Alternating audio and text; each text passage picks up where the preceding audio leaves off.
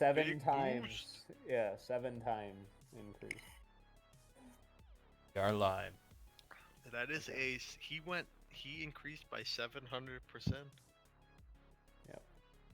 So you guys are back on the Rogue Trader, um, and you took off from the approaching cavalry slash mob, and you've got some time now to assess the situation, see if you want to stay on this planet. If there's loose ends you wish to investigate, you can have we'll have the interaction now with your pal, the Rogue Trader himself, Octavius Tullius. Well, you all look a bit worse for the wear, save for perhaps you, Roland. Um, mind explaining why we needed the hasty departure from the drop zone? Well, the object that we retrieved is quite some importance to that society, Ah, and it seemed we lacked in our stealthful approach. these these troublesome peoples at times need corrective action, so that is of course of no great concern. Um, Let us observe this tech that you've brought aboard the ship. I think somebody had. I forget if you guys took the chest. Yes, Well, I yeah, did. of course. I did. Yeah. Okay, so you want to say you just set it down, Mert, for now? Yep. Mm-hmm. Okay. Um, the Octavius kind of stoops over it, gets down into a crouching position, examines the locking mechanism that opens and closes the chest. Seems at first more interested by that than the contents, as he mumbles to himself, clearly of superior craft than what the natives would be capable of.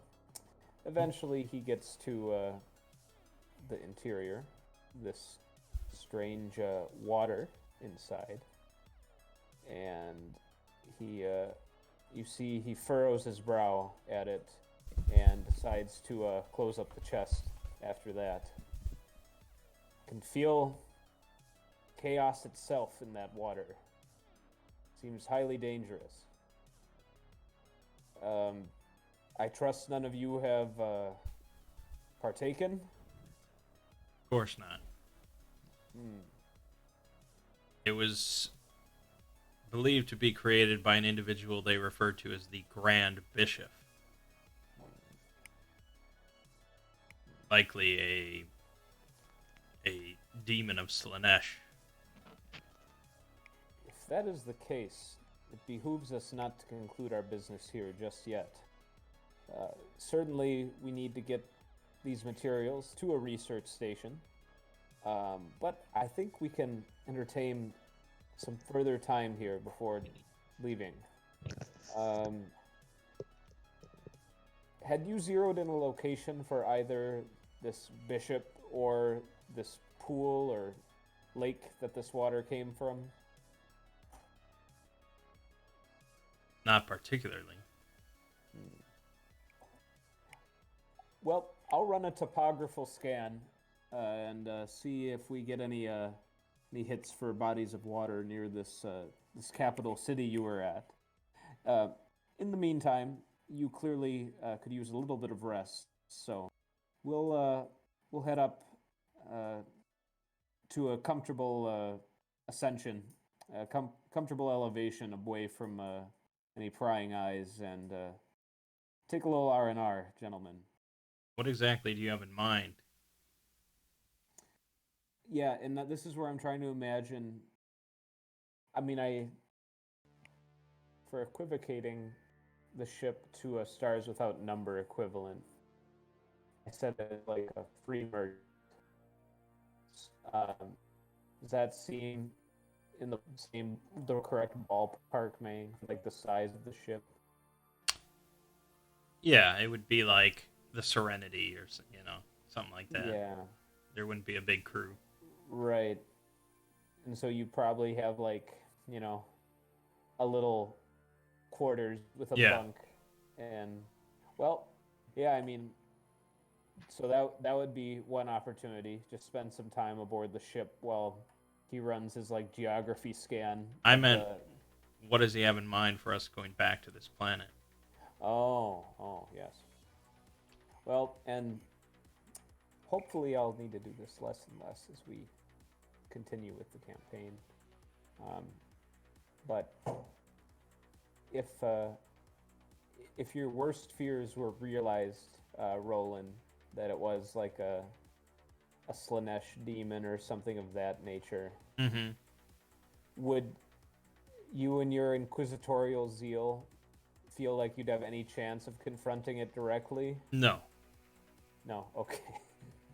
Like, even an Inquisitor would Yeah. bring in, like, a Space Marine group to back him up. Right. Because, this is not like a solitary demon. There would be others. Mm-hmm.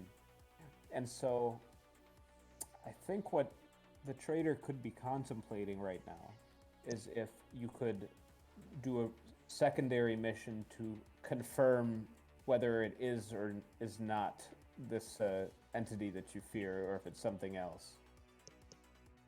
Okay. I mean, I'll do that, but it does seem out of character for a rogue trader. Right, like he himself is acting almost more like an inquisitor with that Right. kind of. Yeah. Mm-hmm.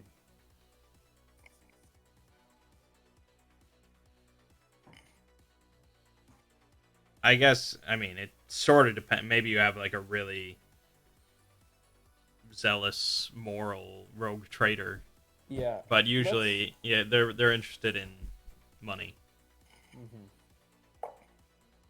I think the way I almost see it more, I think he's kind of as you described, maybe as he's a little bit more like drifting in that direction than your typical rogue trader, but he might also be conscious that at some point you're going to go back and make a report to your inquisitor, Yeah. and he wants to be seen in a favorable light. Like he didn't just turn a blind eye to potential situations during his Okay. wanderings. So I think he's going to leave it up to you all. He's perfectly fine charting a course to the nearest research station to drop off the chest for synthetic analysis. And then there is another planet not too far from here that he has interest in.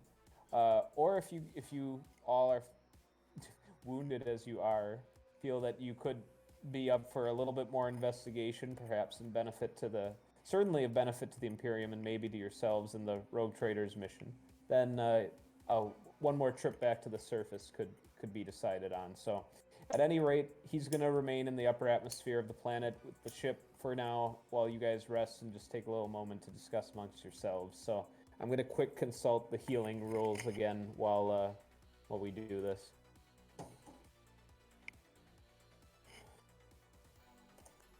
So basically, do you guys feel up for having more run-ins with sword-wielding knights, or have you seen enough of this place? In character or out of character? Both. Yeah, both. I don't want you to feel chained to this planet. It's a big system out there, so you can lead with whichever one is coming to your surface thoughts right now, your character or you as a player. Well, me and Thomas are definitely very beat up. Yep. So And your trader is offering you a chance to heal up before heading back down there. right. Well, and Yeah. I've got 2 lifts, which require 5 minutes of rest and will heal the person 1d8 plus my healing skill, so 1d8 plus 1. But that means it could be 2 points of healing or 9 points of healing. And that's the best I got of healing right now because we really had no money before this. So I mean, I'd like to heal first and then maybe make that decision. So maybe I'll roll for myself and Thomas, Well, and what's the then difference? see how. Well, if we Well, just rested, if we like rested a if day, we- would we just heal up entirely? I don't think so. No, that's not at all how it works. Healing is very brutal in this system. Hmm. I think Sean will look that up, but I'm pretty sure it's pretty tough. It's a So, lot of. You normal regain health regen. Oh, Mang's gonna tell us. you regain hit points equal to your hit dice or character level after each night of good rest. Yeah. Man. So, So I mean, I guess yeah, I'd want to avoid getting in a sword fight until I'm Well, healed. yeah. but- Yeah, and he's not insisting that you go. He's allowing like this amount of time to pass for him to do his little planet scan. Like, does he want more information from this planet or something? He's leaning that way, but ultimately he's not going to go against the will of you guys because you have achieved your prime objective. I mean, I'm already going to report to the Imperium and the Inquisition that this place warrants an invasion. Yeah.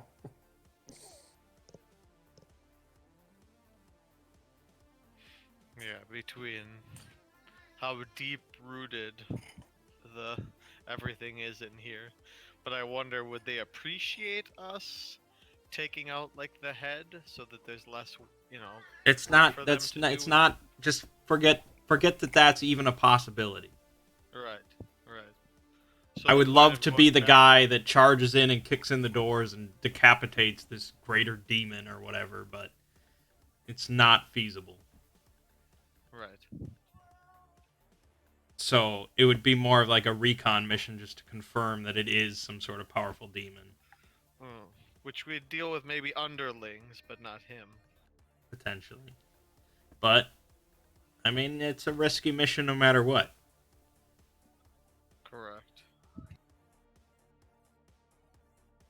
Well, I would definitely say the level of our constitution will matter mightily.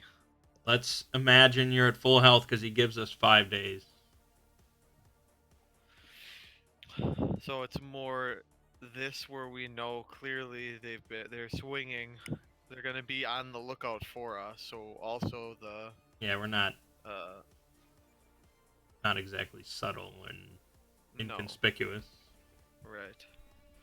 I mean, I guess would confirmation of him improve the chances that the Imperium would react quickly? You know what I'm saying? Like, would that help your report if we for sure knew? You know what I'm saying? Well, certainly. That's So I mean, that's the one thing.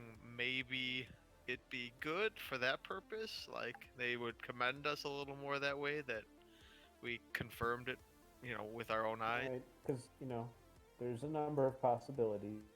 Right.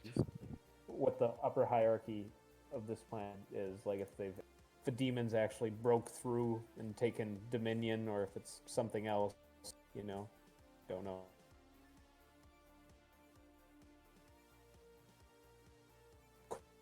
Just be. I mean, I'm okay with recon, but we're not. As much as those swords looked like, primitive, they clearly. I don't really want to Yeah. get into a close quarters fight with anybody there Okay. because that hurt. well, we're not exactly a stealthy group. No, correct. You don't have silenced laser rifles. No, we do not. All right. Sounds like we're kind of leaning away from returning, which is fine. That's going to give Octavius the information he needs to punch in the coordinates for the research station. Get that dropped off. It's within the same little part of the system, so he won't even need to go into the warp. But there will be 2 days of travel, just at impulse to get there. So So they have a mining operation and a research station here, but they never brought the Imperial truth to this planet. Well, let me think. I wanted to use the sector generator, but it's Mhm. possible that it just can't be reconciled with the Warhammer, like It's tricky, yeah. logistics. Yeah. um, is there a possibility? Well, I guess it depends. I mean, how many thousands of years can elapse in between like these things getting established? Even hundreds of years for these sort of things, or there was like an anomaly. They didn't even detect the planet until they had established the stuff, and then it, you know, I know there's a lot of crazy things that can happen in Warhammer, but Usually involving the warp. right. So We'll say if these somehow things were warp separated related. by warp rifts, then it would be Yeah. no problem. We'll see how many times I fall back on that as my explanation, but Mhm. for now, we'll say yes. This is all true. Okay. So you guys can recover 2 nights of healing. So that's 2d6. Is that what would be right? No, 1d6 for that's each night. that's It'd be 4. 2 health each night. Yeah. Well, what's a hit dice then? That's if you're importing something other than stars that number and you're using OSR rules. So the lift for me and Thomas would be very good because we would only regain 2 hit points. But are we gonna be like going out in less than 5 days? He said we're possible. yeah. Well, Like- 5 days the limit. I need 14 days to be healed back up. 2 HP per day. You have Fine. 28 health? Jesus Christ! All right, fine. 7 days I would need. There you go, no problem. I guess I would just think maybe like save the lift for like if it's like a rest True, gets interrupted. All right. Well, then I'll take the 4 HP back for now. Okay. For some reason in my head, I think I thought I was still level 1. I should not have made that mistake. I think mentally you are level 1. There you go. Oh, All right. So, presuming, yeah, we make the 2 days. You see the oscillating steel structure of the research station coming up through the cockpit window. Octavius basically communicates to you guys that this stop need only be for about half a day or so, based on just getting it to them. As far as, do you think you'd be able to send a long distance like comm from a research station, Mang? I wonder if they're I don't even know how, like, I know that communication is generally more localized in Usually, Warhammer. long distance communication's done through astropaths. Yeah, those being like psychics. Mm-hmm. Yeah. Okay, we can. So, I mean, they might have one there, of right. course. No, that's but... what I was gonna say. I'm gonna do a luck die too.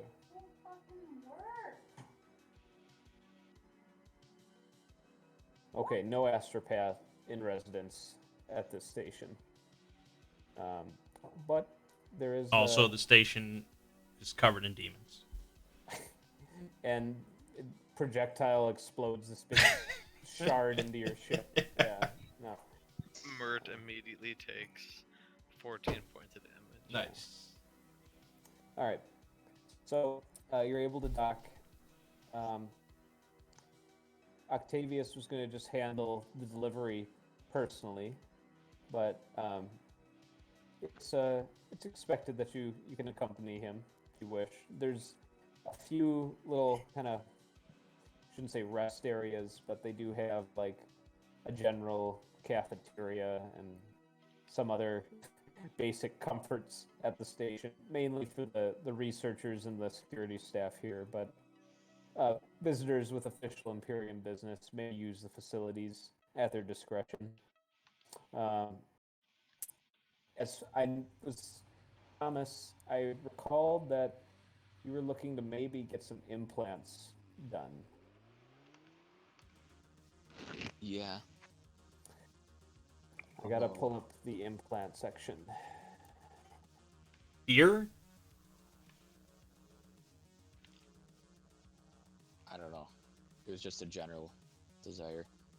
Okay, But I because Octavius mentions to you that when when our business is concluded at the station, um, there's another planet in the sector, um, just a few systems away. Short little hop into the warp called Clome, uh, that has a Mechanicus presence there. So this would be a good opportunity for you. That was actually his next intended destination, as they've been having some things over there that need to be looked into. okay. Now, is there like any is there like are there set possibilities for this, or is it just Yeah. totally like freeform? Do you have a PDF on hand? Starts Yeah. with that number. Go Yep. to page in the book. It's physically page 83 for the table, and it's like 87 or something like that in the Adobe. Okay. Cyberware. I see. Yeah. Now you'll see that a lot of these are at high cost, Yes. where you wouldn't be able to afford it from a credit standpoint or from a thrones standpoint right now. However, since you are about to travel to a planet that has Adeptus Mechanicus population, there are certainly considerations for those who are seeking to embark on the path, and they might have little missions or favors for you to do for them, where you could get one of these implants at a price not so fixated on money. Okay. And so, this wouldn't have to be limited to our aspiring. Thomas, what's your character name again? I wrote it down somewhere. Magnet. Yeah, this wouldn't have to be limited to our aspiring Magnus. Might be an opportunity for all of you guys if you wish. Oh, I found it. So, with that being said, do any of you have any business that you can think of at the research station apart from just dropping off the container for analysis, the researchers? Otherwise, we can just keep skipping ahead. Yeah, not Yeah, probably. especially. Okay. No, if it was a marketplace of some sort or somewhere to buy things, but Well, not. It's certainly not a marketplace, but Right. Well, yeah, if medical stuff would be, and maybe they would have that. they definitely do have a small pharmacy and a few other kind of supply stations. So you could do a little bit of purchasing here if you wanted to. Well, I think the bigger question more is I have no money, so that's always a problem. Right? Yeah, and your association with this trader can only go so far. However, you will receive a monetary reimbursement upon turning in the chest. So after that takes place, if you want to see where your balance stands, that's fine. That sounds perfect. Okay.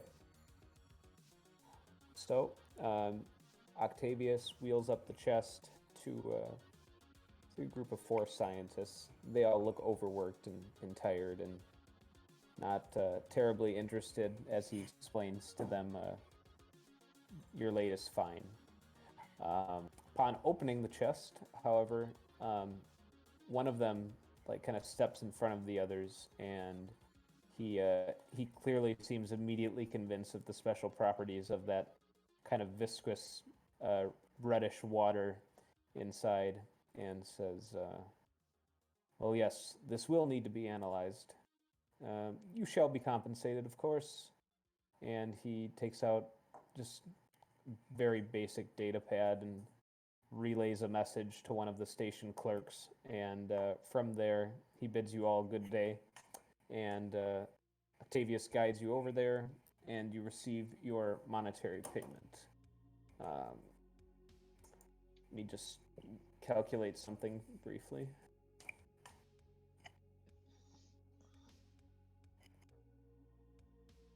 You hear there's a little intercom message as you're walking to the counter that further visits of any nature to Frandom are temporarily suspended. So it looks like some research staff occasionally travel to the planet as well. Hmm. Okay. I hope they're not corrupted. Right. You each received 1,200 credits. It's been a while since I've seen this kind of cash. Yeah. I mean, certainly not. It's not even enough for an implant as far as the market prices are concerned. But Right. Like take a lot of internet. 1 sec. It's like been bad? holy shit, my VPN has been like looping in and out for the past like 20 minutes. It keeps going reconnecting, connecting. I restarted the computer and He couldn't mute his microphone. Did he or did you kick him? Why would I kick him? Oh, he just left. He was just like, That's what I thought too. I was like, you're like, I'm not listening to this. Out of my chat. Alright, I'm looking at which, yeah, well, this is perfect. He gave us the Sideways amount of over. money, so kind of we can look, and it says the prices in things, so. I can get a coma inducer. I Knock myself completely out. forgot about Lazarus patches. I need to buy some of those. Oh, I could buy that comm server.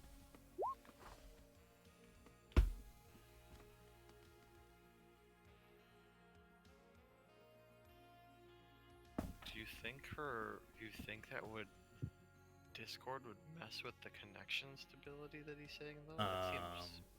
I feel like that would use like I don't know, a megabyte of bandwidth. It can't be much. It's not like you're uploading or downloading things Right. unless somebody is. But I mean, his connection was not flawless. Right. We should tell him that he was robo time stuff and cutting out.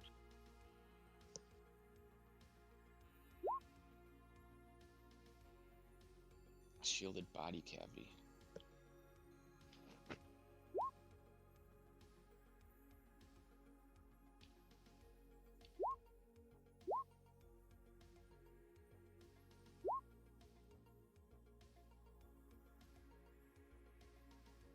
Very entertaining portion of the stream. Oh yeah. See, I don't like that Lazarus patches aren't in like the healing. They're like just a basic equipment thing. That's because anyone can use them. Right. But it's it's just for stabilizing, right? Yeah, that's important. But I'm a healer who can do that naturally. What if with, you like, die? a focus. That's true. Then you guys should have them, not me. That's exactly right. Then I recommend that to you. They're only 30.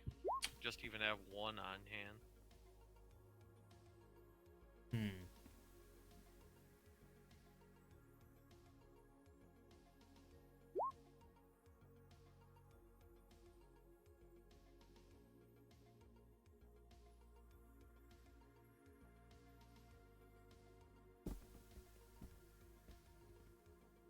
You know, man, can't play in real life, can't play online.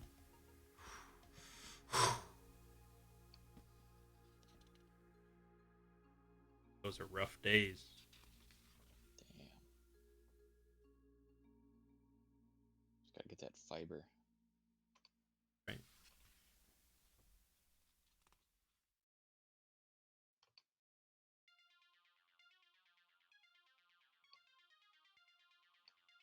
Gyro's working at 8 o'clock at night. Oof.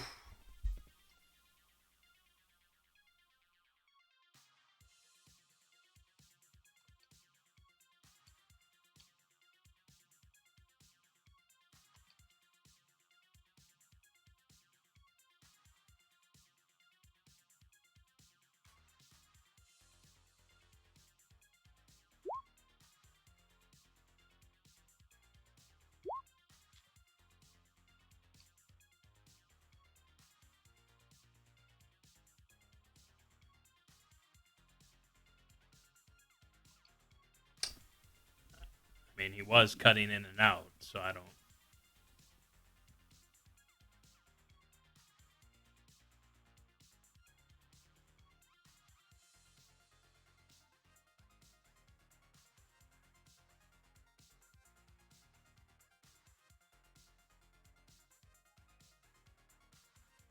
I assume they ran some speed tests.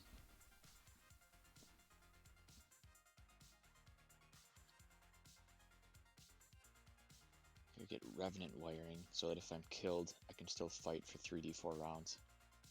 Wow. But that would only be useful if I get killed, which I don't want to plan on. And that costs 50,000. Oh yeah, it's the most expensive one. I'll just settle for a holdout cavity.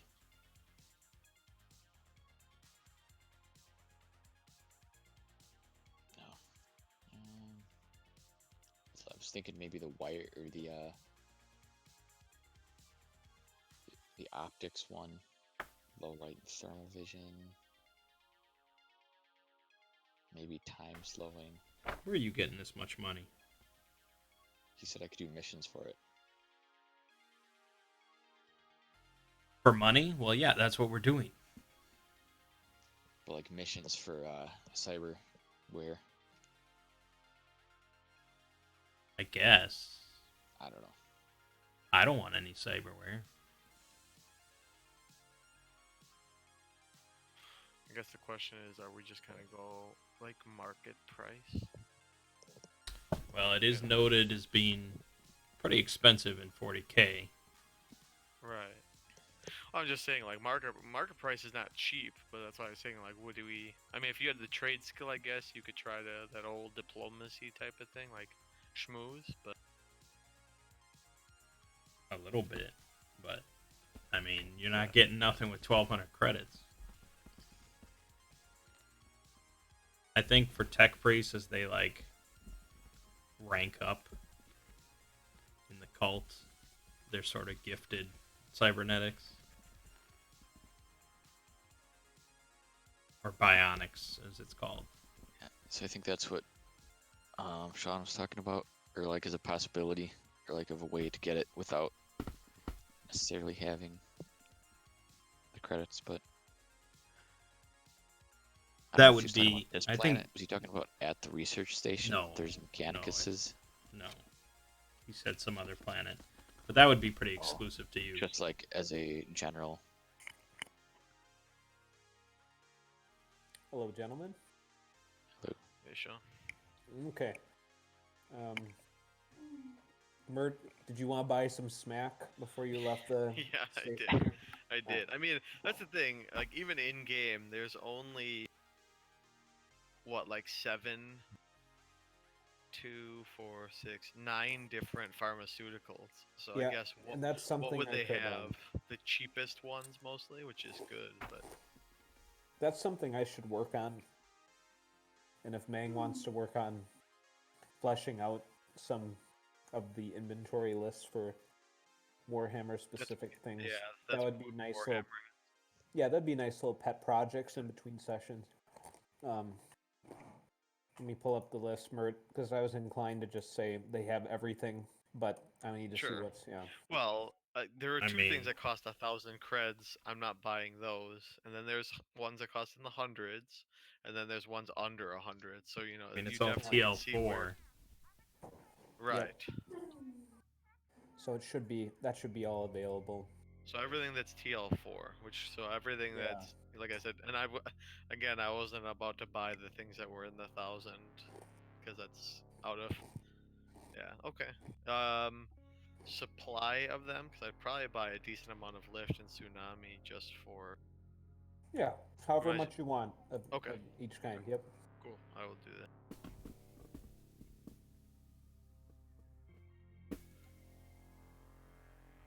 I'll see if I hear anything that I don't know if they were gonna ask you about a couple things or not. I guess I was just looking at the cyberware, and I was wondering when you were mentioning that, were you saying that was like for the planet we're on now, or just in general somewhere in the So universe there might be somewhere to meet You- Mechanicus is. The next destination that Octavius wants to depart for is a planet called Clome, and well, they will likely be able to put implants in there because there is a cyborg kind of Mechanicus population there. This is an Imperial planet then? It is Okay. one of the few in the system or in the sector.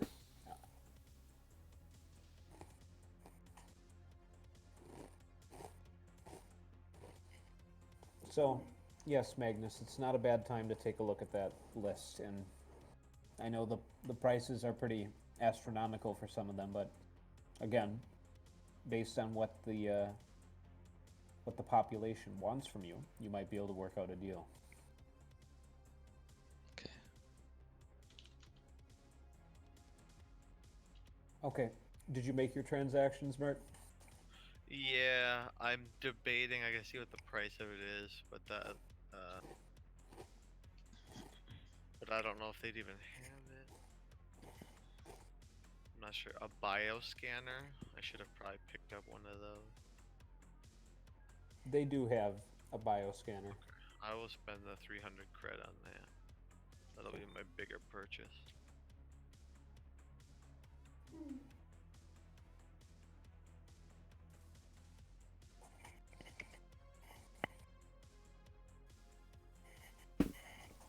Okay.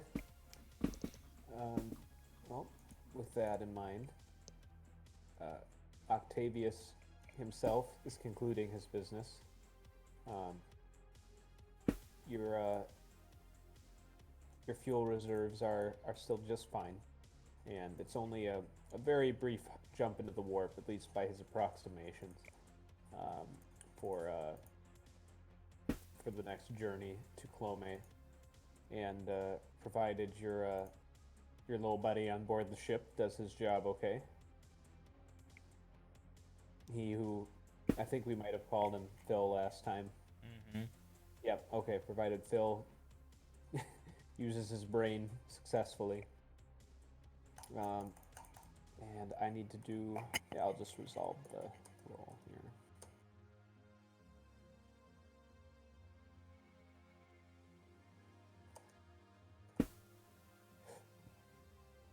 Okay, space travel.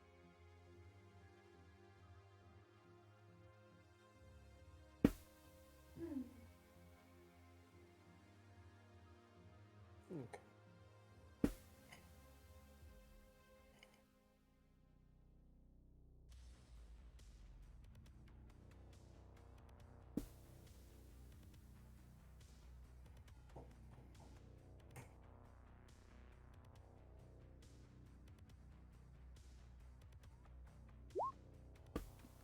Okay. Back on board the. You guys can name the ship if you want. It's not our ship. Mm-hmm. I'm saying you could conceive the name of the ship that that Octavius owns, but understanding that that's not the most satisfying thing. You get back on the ship, and you spend about another day aboard the ship in between the just impulse travel and then the jump into the warp. Always a little bit of an experience, but your navigator does just fine. And you see a new planet out the cockpit window after the elapsed time. So we've got another day of healing. And the planetary data comes up on the main computer.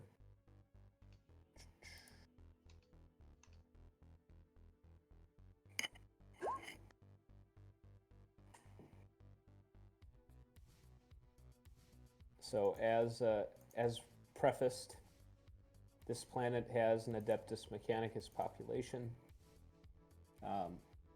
It is, for the most part, a habitable world, although its inhabitants are surely a little bit more acclimated or modified as to be comfortable here. But it does register as a breathable mix, so there shouldn't be too many complications for roaming about the surface, though extended periods of time outside could start to present hazards depending on what you're doing.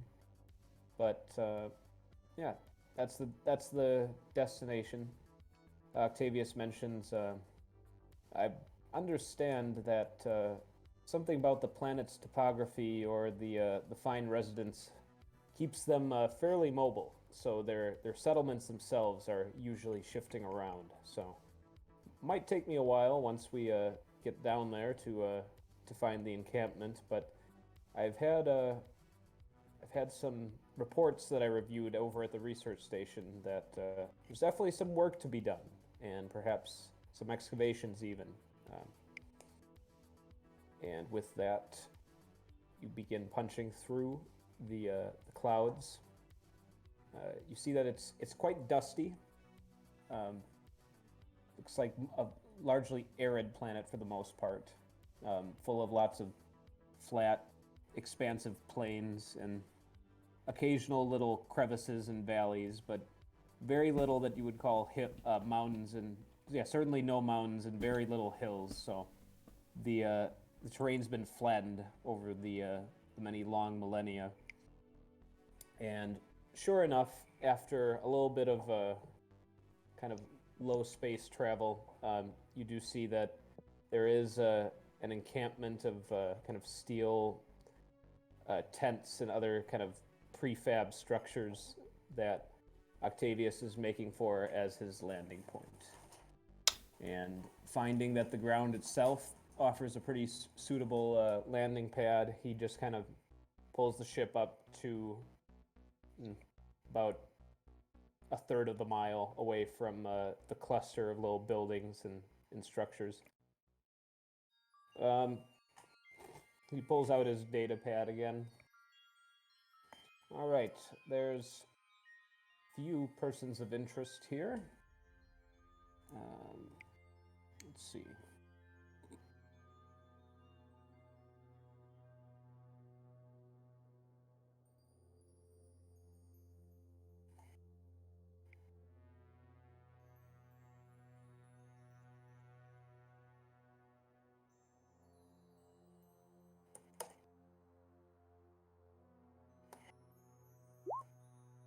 That is the name of his primary contact here.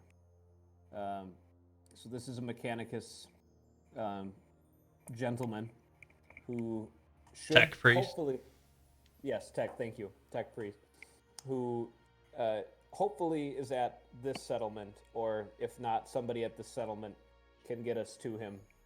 But he's apparently been looking for something in particular on planet that you might be able to assist him with.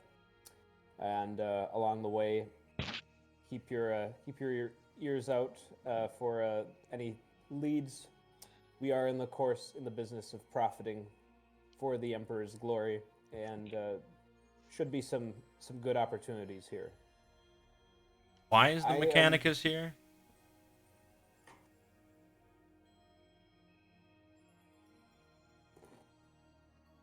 So, okay, let's pause again. Is it unusual for them to have any sort of permanent settlements outside of Mars?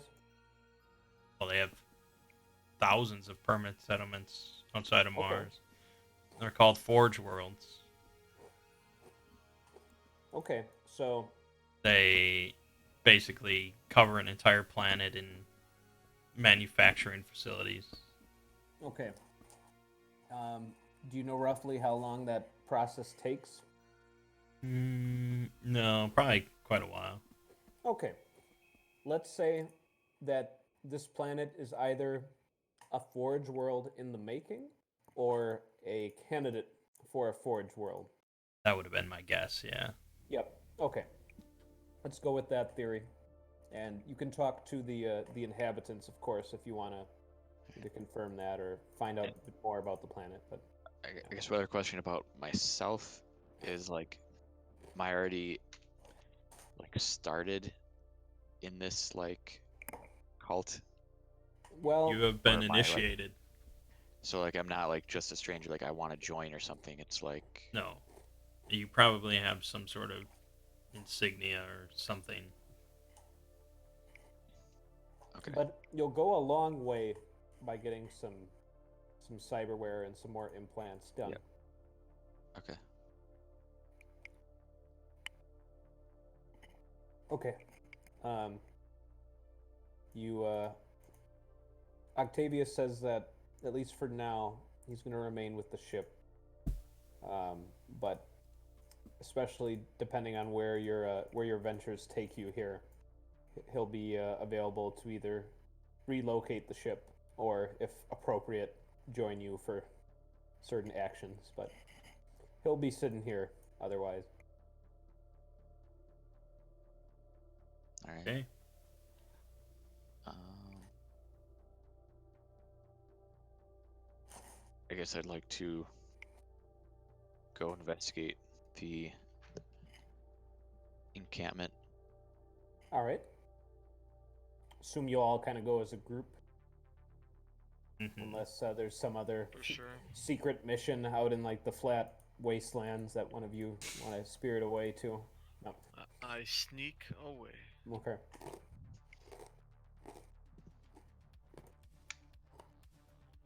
I assume going with Magnus somewhere. We're looking for this contact still anyway. Vesper. Yes, Bethardam's Vesper. Um, you see a kind of, at first, labyrinthian looking assortment of tents and structures, all of it reinforced with kind of steel plates, or pretty much the most sturdy nomadic. If you wanted like a campsite that you could take up and take down, it's about as sturdy as you could make it while still having some semblance of mobility. And as you kind of get further in, you do see that there is difficult to notice but undeniable method to the arrangement of the buildings that was difficult to kind of spot from a distance, but it does have kind of the signature efficiency that one would expect from the Mechanicus. And you see there are a number of them just kind of walking around, not paying too much heed of you, all kind of consumed with their own pursuits. But there's one that seems curious enough by your arrival that he briefly hails you as you've clearly kind of just stumbled into the camp.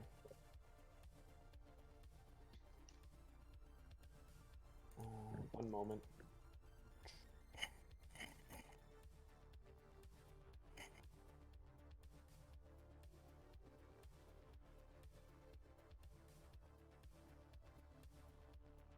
Okay. He again, he gives you a brief wave and says, "Greetings. I am Alvor Karenius. You are now on Clome. What is your business here?" Um,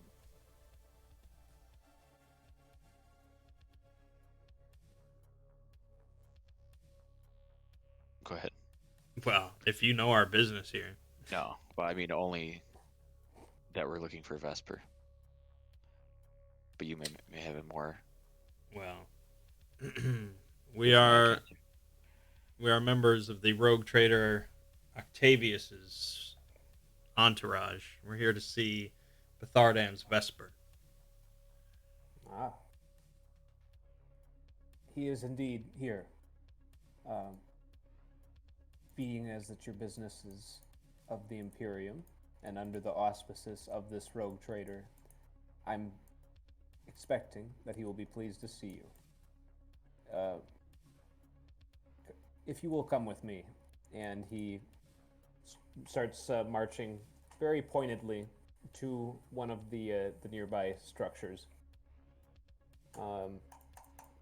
At this point, you see that this entrance is a little bit more reinforced. So there's clearly a bit of a. You get the sense that if this camp does have kind of a place of government or something of that nature, that this could in fact be the hub here. And after some words and him kind of pointing back to you all, the sealed door kind of opens with a hissing of air, and you're able to step inside a kind of low-ceilinged but sprawling tent structure. There's a number of apparatuses and machines. You see a few kind of dusty computer monitors in here, and a number of technicians and others, clearly at work. And indeed, there is one kind of, you see a tech priest here in robes, who zooms in one of his like green ocular eyes on you the moment you enter inside, and he says, "You are here from Octavius, yes?" That is correct. Ah, yes. Something in your faces, a memory, a recollection, and he hits a few buttons on a machine nearby, and says, "Yes, yes. It is about energy and energy sources. They must be found." And he gestures over, or gestures you to approach, and he clears off some space on a little table. And let me pull this up.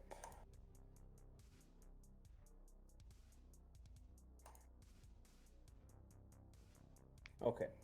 You see on a very rudimentary kind of grid on a computer screen, it's a view of this planet that you're on, of Clone. And he highlights to you, below ground, a large kind of connecting network of geothermal fissures and energy that emits from the planet's core. Explaining to you that while barren in resources on the surface of the world, all of this essentially untapped free energy from the planet's core itself could be of considerable interest in making this a high-efficiency forge world for the Imperium. And as such, they've been kind of making some of the preliminary excavations, kind of deciding where some of the main kind of refineries and power plants will be that'll kind of get everything up and running. And you can tell that Bethardams does not hide his optimism at all of this.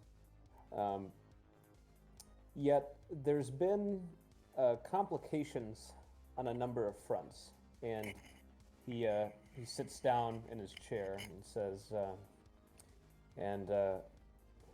well, we can always develop correct tools to solve any problem, yet the Omnissiah has not graced us with the proper solution as of yet, especially for one problematic site. And he kind of zooms in, draws your attention to one such cavern, which looks like it's maybe about 40 miles from this position, so a short overland journey or hopping in the ship. And he says, I have a subordinate here. I'll type his name for you.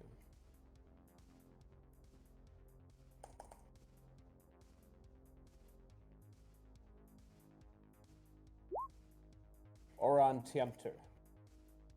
He is in charge of this site, and he believes that there is, well, from his observations, that there could be some older tech down there that a pre-existing population,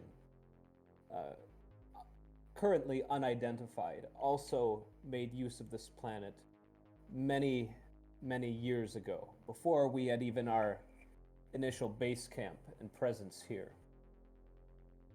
Now, this technology seems to have addled, overloaded, malfunctioned, otherwise disrupted are teams that have been in this vicinity. Oron Tiemter remains, yet he requires further assistance, and should you aid him, there would be considerable benefit to both of our causes, I would estimate. Is this xenotechnology? Let me make sure I properly understand that out of game before I answer you here. Non-human. Right, so like Necron related or Eldar. Yeah. Or any other number and before and again before I answer you on that front, is any xenotechnology under any circumstance like a significant heresy or considered heresy? Depends on who you ask. Tech priests are the most likely to sort of let it slide because they just like technology. For an inquisitor, yeah, it's a little, it's rough. Okay. So helping them, it's fine, but for our own gain of it, not very interesting. Well, and I guess you could make the argument that even for helping them, it's not fine. It's never fine. But I could help them by destroying it. right. Help And their you souls. could use guile, I guess, and say like, "Oh yeah, we'll check it out," and then go down there and just annihilate it. Exactly. So, okay, and the tech priest himself might try to conceal, if he knows that for sure, but he wants you to help his subordinate. So, at any rate, he says, "Well, that is yet to be determined. From a theoretical consideration, it would be plausible. However, it is not a certainty and would be irresponsible, inefficient to deem it thus until confirmation is made. But I do believe, from looking at you, and again, you see his like little eye kind of bouncing around and it's scanning and zooming in, that you are in fact qualified for this." And he takes 2 steps forward towards Magnus, right? Yep. Yep. I see that you are seeking enlightenment along the path that the Omnissiah has blazed before us. You seek Indeed. to improve the infrastructure of your being. Yes. Anything I can do to serve the cause. Well, complete this task for me. Assist Oron in how he would direct you, and return for advancement.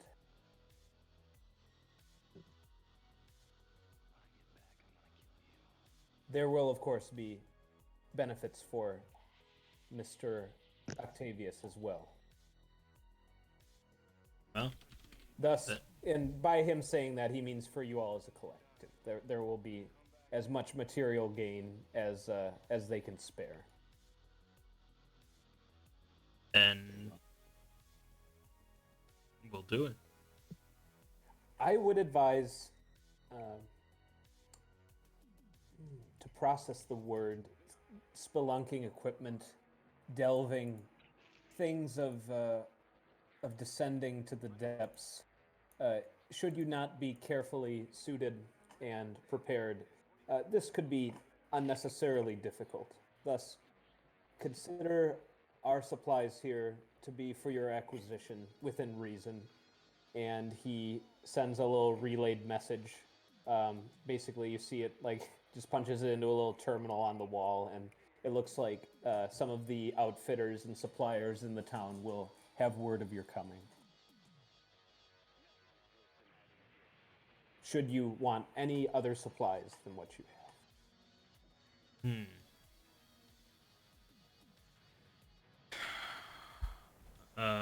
Supplies. Yeah, I mean, spelunking stuff I have none of. Yeah, Like, I have. if it's dark, I have nothing that. I have thermal flares, rope, a grapnel launcher. Not much, but A climbing harness. pretty. Notably, yeah.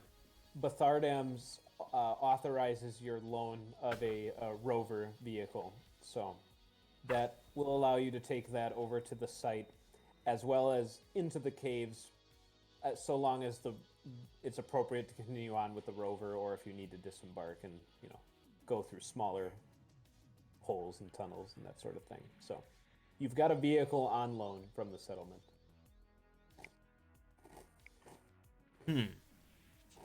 But yes, anything else you'll need to think of. Well, we could each get a climbing harness, I suppose. Yeah, well, that kind of covers a lot of things. Yes, that will allow you to affix yourselves safely if you need to, stake a position and then lower down and that sort of thing. So that's a good idea. Why don't you all add climbing harness to your inventory?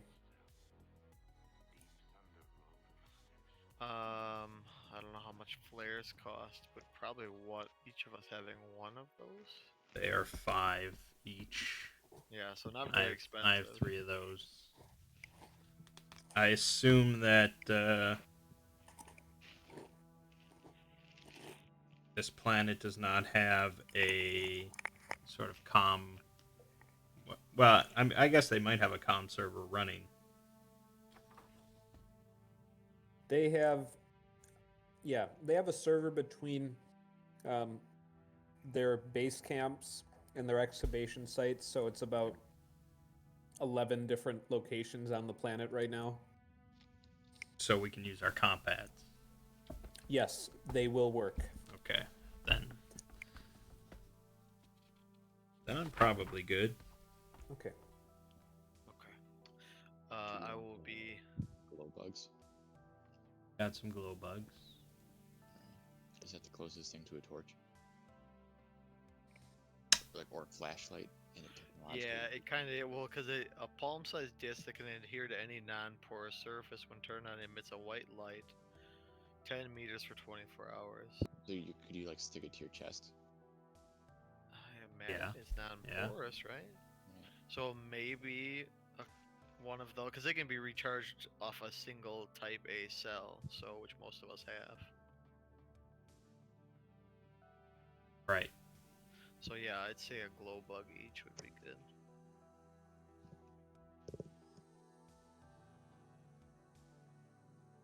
Again, I don't think they cost much.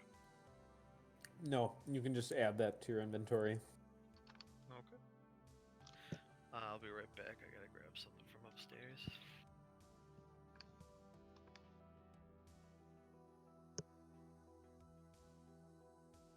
Explosives? Is that in the book? It might be. Let's see.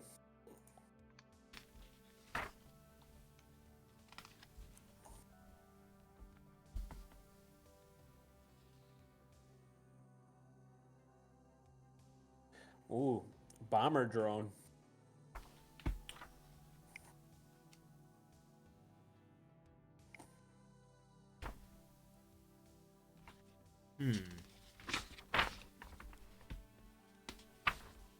Let's see what else.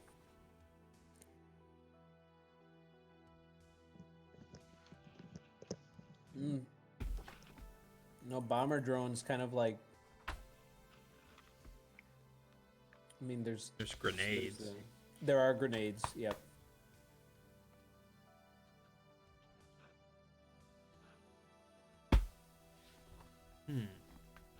I never want to encourage explosives more than they're naturally just good to have, but Yeah. I figured I'd mention it. You don't want to be in like some collapsed section of tunnel and then have no other recourse. Right.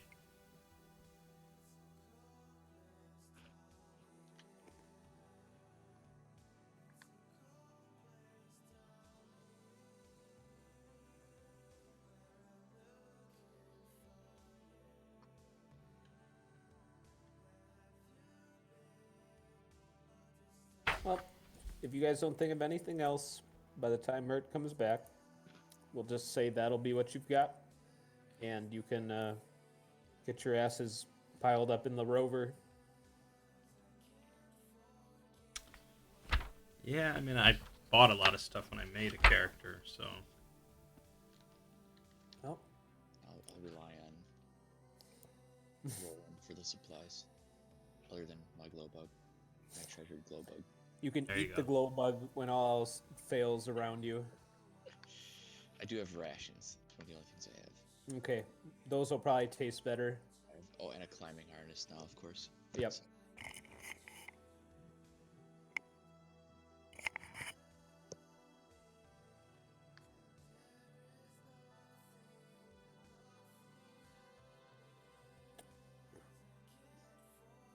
Maybe a Type A battery or whatever. I don't have one. Are those- Okay. They are. What are these? Do I need this for my glow bug? Is this like basically like the charger for a cell phone? Okay. Then you know what? If I don't need it for anything else, I just don't need it.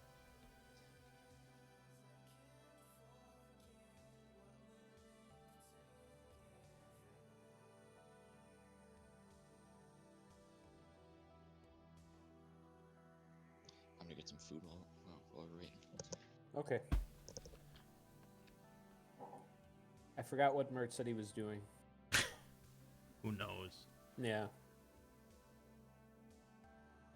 What was that? Nothing.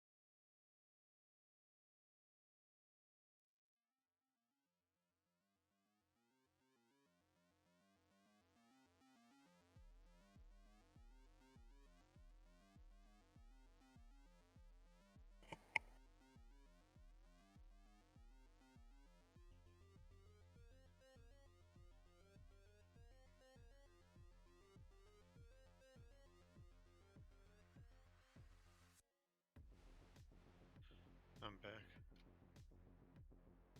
Okay. Welcome back. Now we're waiting for Thomas to come back. But is there any last minute purchases you want to do, Mert? Acquisitions, I should say, because you're not necessarily gonna have to pay for it. I mean, I saw you said explosives. Did they go with anything for that? They did not, which is fine. Not necessary by any means. Just checking. Yeah, just looking at one thing.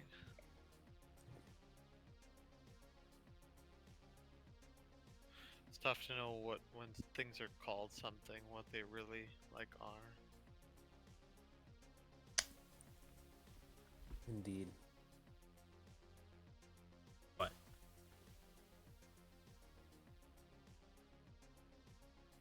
Like, should we have like a survival kit? I have one. Yeah, I don't. Be a big dummy not to have one. I know. See, there Real you go. stupid son of a bitch. There you go. That's like not having a what's the D&D version, Adventures pack or whatever. Exactly. It's like this has everything in it. It sure does. Oh, it's only 60 cost. That's like nothing. Can I have I wonder if Thomas has one. I wonder It if comes he with knows. 3 thermal flares. So I have 6. Yeah. And it comes with a glow bug. I Glow mean, bug. what more do you want? It's like an essential Everything thing. you need. a fire lighter, a water filter, a knife. Yep. A knife. Even the distress signal radio beacon. Hopefully we won't need that. Sean, that would be my one request. Survival kit. Mm-hmm. Why would they have any of those lying around? Yeah, exactly. Why are you asking about a survival kit? Yeah. You can buy one for half market price. So 60 is normal, so 30? Yep. I will purchase that.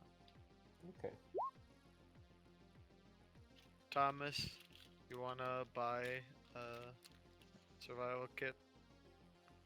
Who needs to survive? Sure. 30 credits. Yep. Get some nice stuff in there.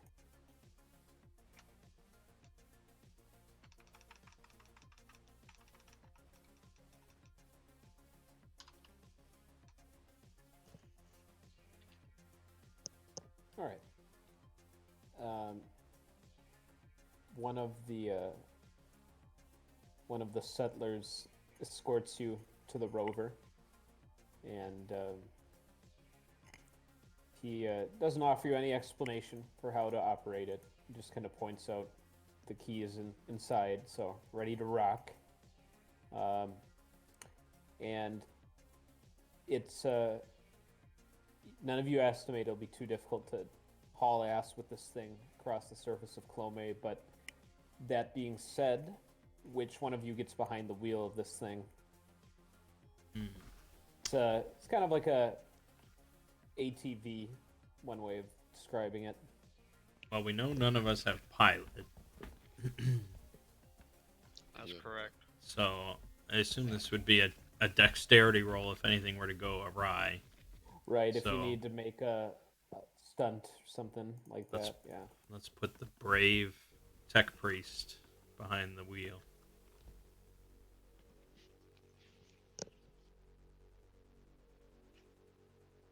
I begin piloting. Okay. You've got coordinates from your from the camp where to get to the site, and this leg of the journey, again, you couldn't have a more perfectly suited kind of training course for driving this thing. It's very flat terrain. The conditions are perfectly normal right now, so you're able to make the distance very quickly in this thing. It looks like it tops out at about 80 miles an hour or so, which, for its size is still pretty impressive. They've seemed to have done a good job upkeeping the vehicle. It runs smoothly. And there's a little bit of a change of scenery as you kind of close in on the last couple of miles from when you left the settlement. The ground gets a little bit more snaky here insofar as you start to get kind of these little depressions that start as the terrain lowers, and eventually you do see up ahead there is kind of a great, kind of like a grand sinkhole or just a crevice leading down into the unseen depths below. And there's a smaller little camp set up right on the edge of the crevice where there's some more researchers, very likely the team that you were told of by Bethardam. So your arrival, of course, is announced by your loud-ass rover that you can't drive right up. Mm-hmm. And one of the excavationists here steps forward to greet you. Ah, you must be the team sent by Bethardams. I received a message via the comm. That's correct. He looks you all over, his eyes trailing on to Roland a little bit longer than the others. Maybe he senses I don't know. Do you have a even as a lower member, do you have a badge of office like on your chest or something that you're with the Inquisition? I don't know. That's up to you, I guess. Because I'm sure, like, the higher you get up in the Inquisition, the more obvious it becomes. Well, like, there's only one rank in the Inquisition. That's Inquisitor. That's Inquisitor. Okay. Yeah. But they still have their little proxy agents and things of that. Correct. Yeah. So I don't know if Ovum would have given me some sort of mark or not. I'll let you decide that. I'd like it to be up to you if you think that Roland would have this kind of on his sleeve, or if he is okay operating a little bit more low key, at least. Probably I wouldn't have anything yet. Okay. Then I'll withdraw my remark. Okay. So you are here to assist me then, that is my understanding. I could use the assistance. You understand there's some technology causing problems down there. Yes. I am Aran Tiemter. He quickly reads off all of your names, kind of like almost in a trance, like he's just like recalling data in his brain. And he says, yes, we are very close to it indeed. How long have you spent on World so far?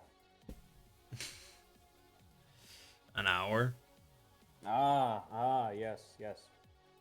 He notes that none of you are wearing breathing apparatus or respirator masks of the sort. Well, I'm sure you'll do just fine. Okay. And, I'll pull out my Atmo filter and I'll put it on. Okay. He nods approvingly. He says, good. You'd be a real stupid son of a bitch not to have an Atmo filter. I take one out of my survival kit. No. Is there... No. I wish. You guys can pass it around later on, like when Roland's feeling generous. Sure. Feeling lightheaded. Just pass it on. He says, there's so much dust in the air here, and it has complications for all good children of Holy Terra, but in particular, those who are further along the path find themselves locking up, even needing extraction once we get further down. I suspect it's from the dust in the joints. But for you fleshy types, I think just some coughing and minor, very secondary troubles might befall you, depending on how long we are down there. But nothing serious, I would estimate. But yes, some of my own colleagues here have found it difficult, the conditions down there. So it is good that you have come to me. I am ready to proceed down at once, if you will come with me. All right. Okay. He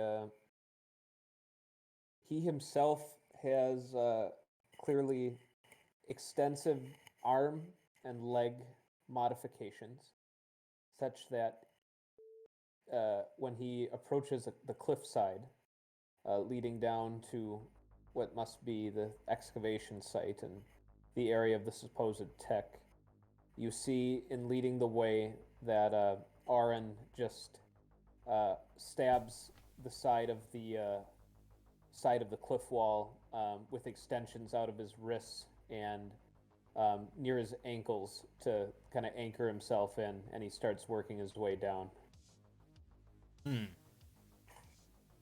Now, granted, While your party does not have anything of that sort, there is plenty of good rock edifices and areas for you to use your climbing equipment and to follow after him. How far down is it?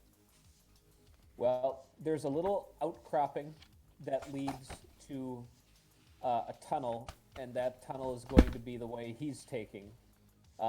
So to that little kind of spot below where you are, that's about 100 feet. If you were to miss that, I mean, it's just like an endless void of darkness below that. So Great. yeah. Okay. Well, I have 60 meters worth of rope, so All right. That is certainly enough to get you down to the landing zone or Yeah. the landing point. Yep. All right. Just to make sure, I don't think there's like a. I think this any sort of climbing skills are governed by exert, I believe. But let me just double Yeah, check. yeah, they are. Yeah. Okay. I Yep. mostly know that because of the climbing harness says something about it. Yep. Okay. Anyone who is untrained in exert. hell yeah. Okay, you will need to give me a roll. It's a low DC, and the climbing equipment removes the penalty that you would have. But if you have any training in exert, you do not need to roll at this time. Does And this is training strength? mean a 1 or a 0? 0 or higher. I don't even have a strength, so okay.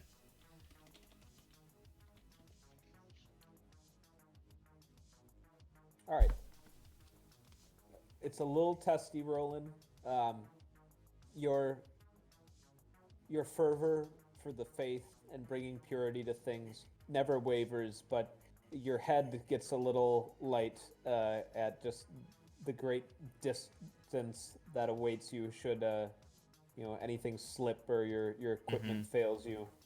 But you keep your head, and before long you are down on the landing with the teched out explorer, and your companions follow suit. Thomas, you have 0 or higher in exert as well, right? Yeah. Okay, yep. So you all make it to the landing. Arin gives you all a respectful nod. It looks like you have some competency, which brings a little smile to his face. And you see his eyes begin glowing very brightly as he looks ahead into the tunnel. However, for the three of you, once again, you will need to find other sources of light if you want to see where you're going. And I put on my low light goggles. Sam Fisher. Yeah. I will attach one of my glow bugs to my chest. Nice. And are you just gonna... Is that gonna suffice for you for now, Magnus, to use his glow bug's light? Yeah, I suppose so. Otherwise, I'll Alright. use my own. But I figure Yeah, I need to confirm the duration of the glow bug here. 24 hours. Okay, provided it doesn't get stabbed with like a big spike or Yeah, something. yeah, Okay, of course. gotcha. That would be Alright. a shame. And its light is 10 meters, which is 32 feet. Okay. if I get separated, then I'll put mine on. But otherwise, I'll just stay within 10 feet of Mert.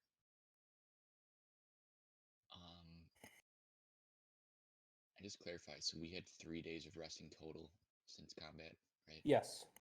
Okay. So naturally, 6 HP recovered from when we ended that very nearly fatal battle. Now, if you need to bum some lift off of your combat medic, I'm sure he'd share some with you. But yeah. We might need to do that when we're not climbing, obviously. Yeah. Well, right now you're not climbing. You're heading into this dark tunnel. Okay. Yep. Okay. You begin your descent into darkness. Oren kind of frowns at the crudeness of your lighting source, but he doesn't protest about it. He gives you a little bit of a narration as he guides you. At certain points, he points out what seemed to be. Oh, okay, you're using the lift. Very good. There you go, Thomas. Yeah. You get an HP recovery. Well, I have to roll it. It'll be a Yeah. 1d8 plus 1. It's I'll a do you. HP recovery to be determined. Yeah, I'll give you the first. I'll do the first roll for you, Thomas, and then myself. And Sean, you can keep. Okay. At times, Oran points out to you strange little subtunnels branching off from the main one that you're in, suggesting that this planet did have its own terrestrial life at some point, but whenever it dried up, whatever creatures created these burrows must have either gone extinct or just delved further underground, clinging to life. Oran himself seems interested, perhaps, in looking into that someday, but acknowledges that it will have likely little practical use, and thus dismisses it and continues on. As for what brings us here, he focuses. Should we reach the point that I am hoping we should, there's a little bit of a tricky descent once more before we reach it. I'm hoping you'll be able to help me get through this. Well, I guess you could call it a door or structure, something that. Yes, there is something apart from the natural earth down there.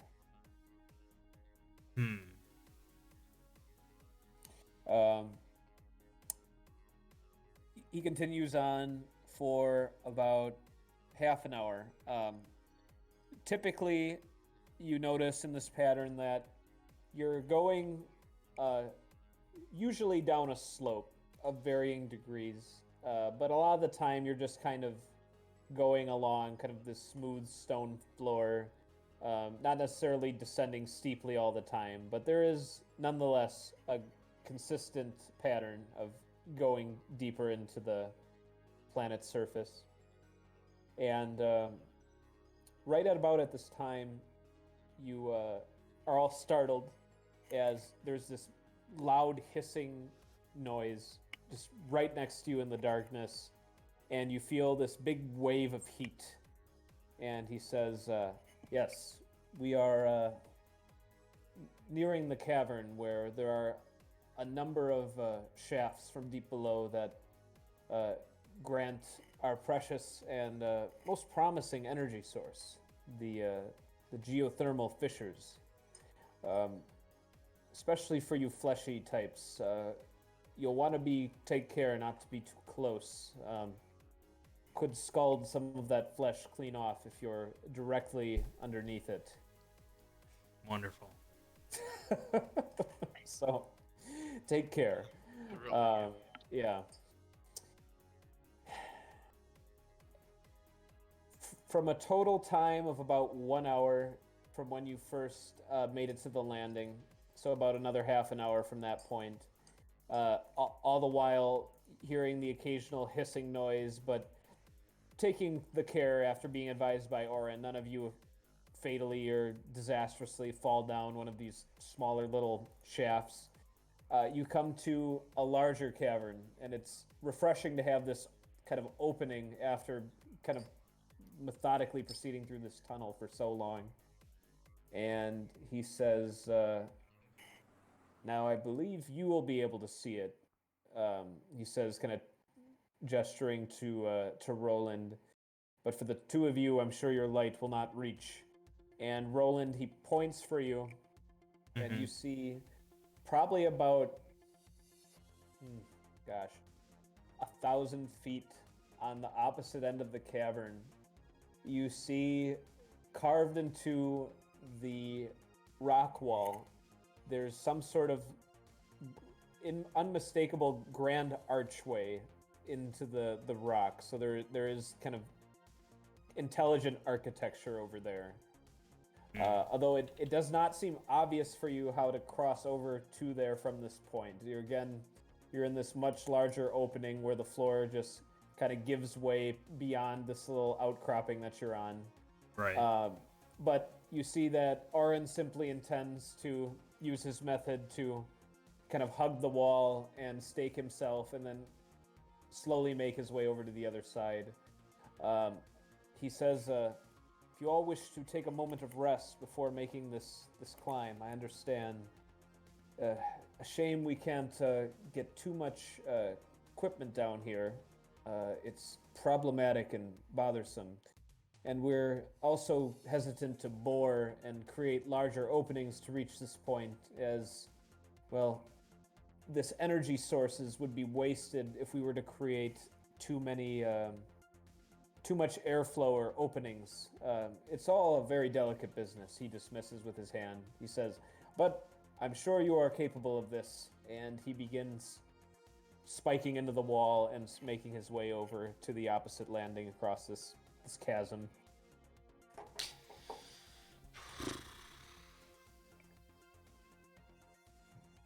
Who wants to go first?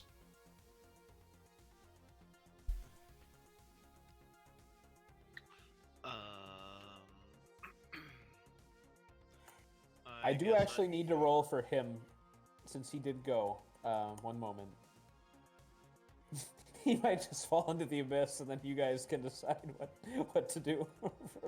Oh my gosh. Oh my gosh. That is exactly what happens. Your guide, so far, full of confidence and the assurance that his mechanical worldview has informed him with, seems to suffer a complete locking up in his joints, as he mentioned had befallen some of his colleagues when coming down this far. And you see as he takes one of his arms and spikes into the wall,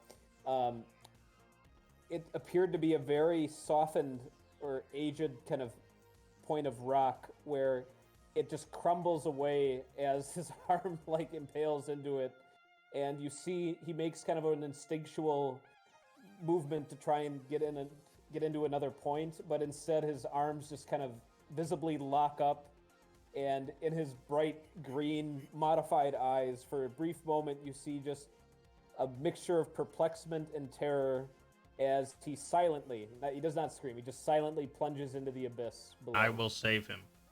Okay. How do you do so? I will teleport to him, and then I Okay. will teleport us back to safety. Okay. all you So- hear is bamf, bamf. Well, that would be very badass, mother, Yeah. but let's see. You teleport to a point in space, you grab hold, and then just teleport back. That's the That's plan. the plan. Okay. Do you have the strength to carry him? I'm the strongest man here. Is that possible?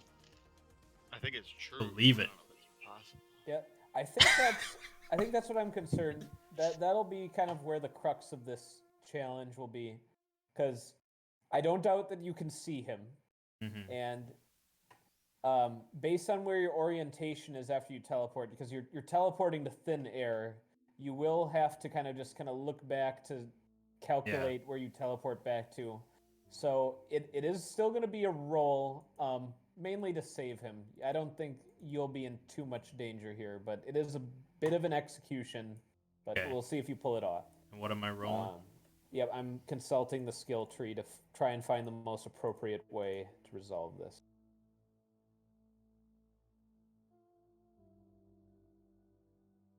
I mean, there is a psychic skill. There is a psychic skill. Teleportation. Yeah. Master the arts of physical translocation of yourself and ally. Well, I cannot think of a more appropriate time to roll your psychic skill. And what attribute is that? I would say,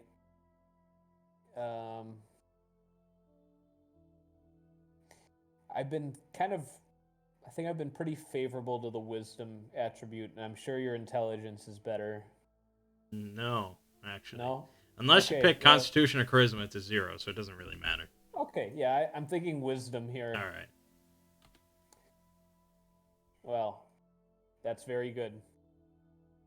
It seems that at times the Mechanicus can be shown the worth and power of those not along the path, as Orin is saved from what is likely a very dark fate by the lightning quick teleportation of Roland, who warps in and out of existence, grabbing him and pulling him back onto the ledge where the rest of you are. Now I have to roll twice for psychic Yes. phenomena. So. Yes. Oh god. Okay, just the one. All right. When we first established this, Mang, did we Yeah. have a table for the Yeah, I have the phenomena? table. Okay, good. Okay. All right. Unholy stench. The air around the psyker becomes permeated with a bizarre and foul smell. That's livable. Okay. Yeah. And all of you notice that right away. That the result of this miraculous event is that there's a stink in the air. But Orin, for a moment, he seems just kind of paralyzed by the thought of what just happened. And he just kind of lays back on the ground, not really regarding you all. But then he kind of snaps out of it, looks to Roland, and he gets up to his feet and says, "Your quick thinking is very commendable. I will report this to Bethardams should we ever leave this place. You have my gratitude." Well, I hope that I don't have to save you again. I cannot make any assurances as unlikely as it should be, but nonetheless, you've done well. And he immediately resumes his task of climbing along the wall. Great.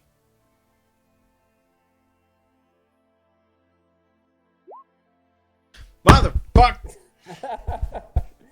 Well, he falters at times. It seems like the experience he just had causes him to second guess himself and all of his placements and footings. But nonetheless, he has made it to the other side and now offers to create a like he can stake the ends of one of your harnesses or ropes on this side to create a bit of a safety net. Isn't it 1,000 feet across? Oh yeah, it is. Yeah, no, that's not going to cut it. Good. All right, so you see him give like a wave to you, and offers for the next person to come along. I'll begin exerting. Okay. Yep. So,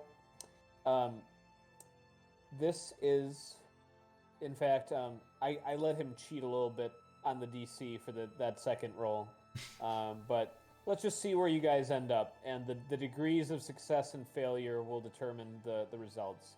A failure doesn't necessarily mean instant plummeting, but again, I'll take the exert rolls from you guys. And again, having the climbing harness removes the -1 for untrained for exert, but otherwise just treat it as normal exert. What attribute?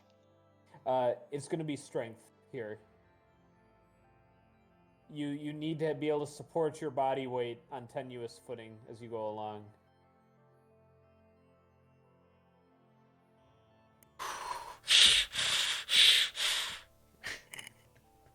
Yeah, that could be bad, but I have to save all y'all asses. Yeah. I Okay. rolled a 12 total. Why didn't you Yes. just add the +1, Mert? He wanted to hit his button. I just want to hit my button. Yeah. The button You is got a problem important. with the? You got a problem with the button? I'm never gonna use Okay. a button. All right. Roland that. makes it across. Then we have Magnus and Mert coming up in his wake. Magnus makes a catastrophic miscalculation. However, Mert is there to kind of catch him with one of his hands, so you keep him from falling completely. You're both about halfway across, and the DC is lowered a little bit, but you'll have to resume your trials. So pretty much we have to roll again, but I Yes. saved him. Okay. Yes. Roland, careful. I'm doing fine. Oh. Yeah, Magnus. I meant Magnus. I meant Roland. Yeah. Magnus is struggling, but I think we'll be fine. All right, Thomas. I think you should roll again. First. I don't know what happened there. Watch me fly. There you go. Okay. Now should I don't know. Did Sean say what the DC for this was technically? I haven't, but I said it'll Okay. be a little bit easier. Okay. There we go.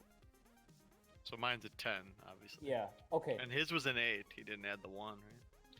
You've all. I don't made have it. a 1. Oh, no. Oh, I thought Roland was fine. I didn't think you had to resume. I thought it was just me and Thomas. If I said Roland, I meant Magnus, but Oh. See? yeah. Okay. Anyway. Oh, and actually, oh yeah, no. So you got a 9. Yeah. Okay. You are all on the opposite end of the cavern. According to Oren, well, he's never actually gone beyond this point, so this is the extent of it. But at any rate, this area is probably about 300 square feet. It's a pretty small little area that's supported along the chasm wall here. But indeed, as sighted from across the way and now visible for the other two members of the party using the glow bug for illumination, set in the wall opposite of where you came in, there is an arched door that is about 30 feet in height and 10 feet across, so it's quite large. And all of you can feel almost like there's a constant and faint static kind of running through your body at this place. So you guys want me to say static shock right here? Is that what we're trying to say? I mean, Static shock. I always invite Right. static shock. Alright, I had to do it. Yes. Alright. And Do there you is guys feel that? There's a symbol inlaid in the door. Let me share it.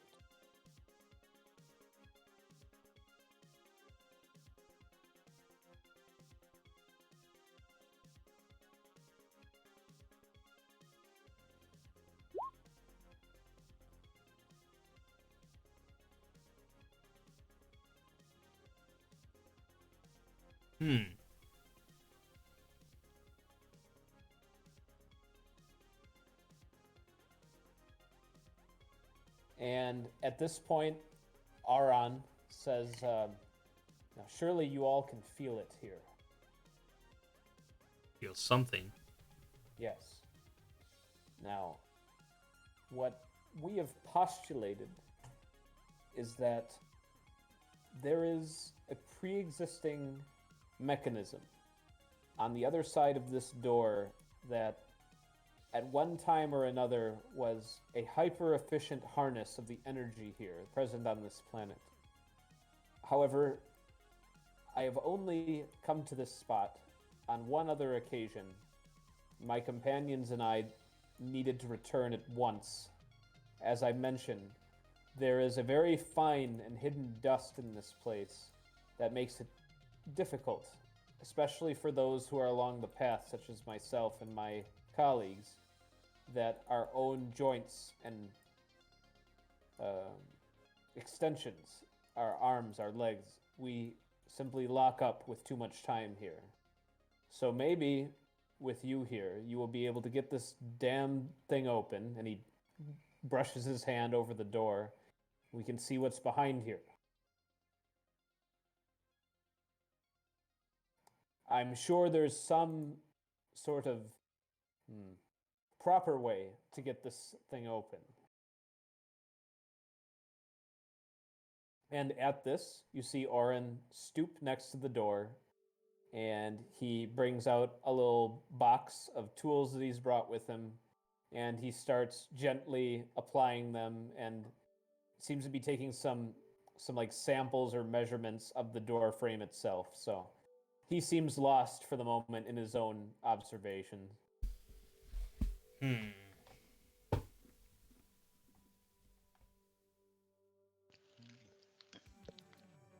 What do I notice? Want to do a notice? You can roll a notice.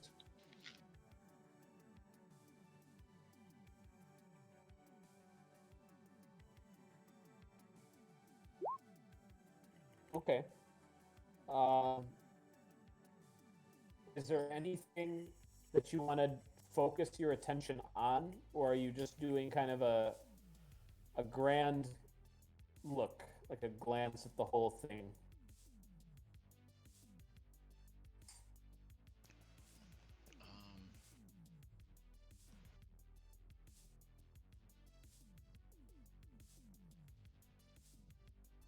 I've been caught. I don't know. Okay. I'll just presume you're looking at the thing in general terms then. Yeah. Okay. Well, I showed a little picture of the symbol in the door. That's in the very center and it's prominently carved. However, you see that connected to this symbol, in slightly less pronounced etching, but running in a networked pattern all throughout the door's construction, are connecting lines to it that ultimately connect on the other end to the framed arch that traces the entire door. So you didn't really notice it at first, but it's so finely carved into the stonework that it was not as noticeable as kind of the initial features that I described. Like just deep enough that you can kind of get your finger into all these little traces. Okay.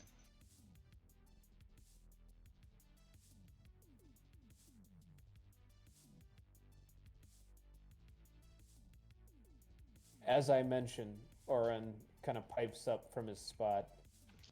We've refrained from heavy ordnance or attempts to force our way through or create a larger excavation site down here. As I mentioned, the geothermal vents and fissures below. We must take care not to greatly expand their outputs too quickly. We would either reduce the beneficial energy for long-term refineries or installations, or cause perhaps a catastrophic outflow leading to planetary separation or destruction. And then he resumes his work. He says, if you have any explosives, however, small scale could be applied for science. But it seems that the astute Mechanicus acolyte does not have any explosives on his person at this time. But I don't believe the party has it, so it could be a moot suggestion. But he continues his observation.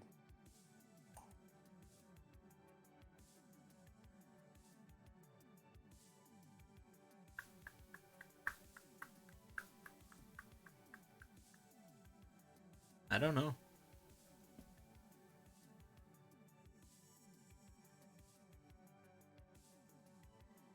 Well, he will probably sit there for about 6 hours before he gets up and regards you all again. So we can do a time jump, or if you want a little bit more time to think about possible ways to interact with the door or do something.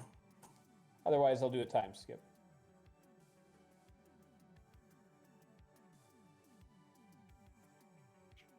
I haven't heard Mert say anything.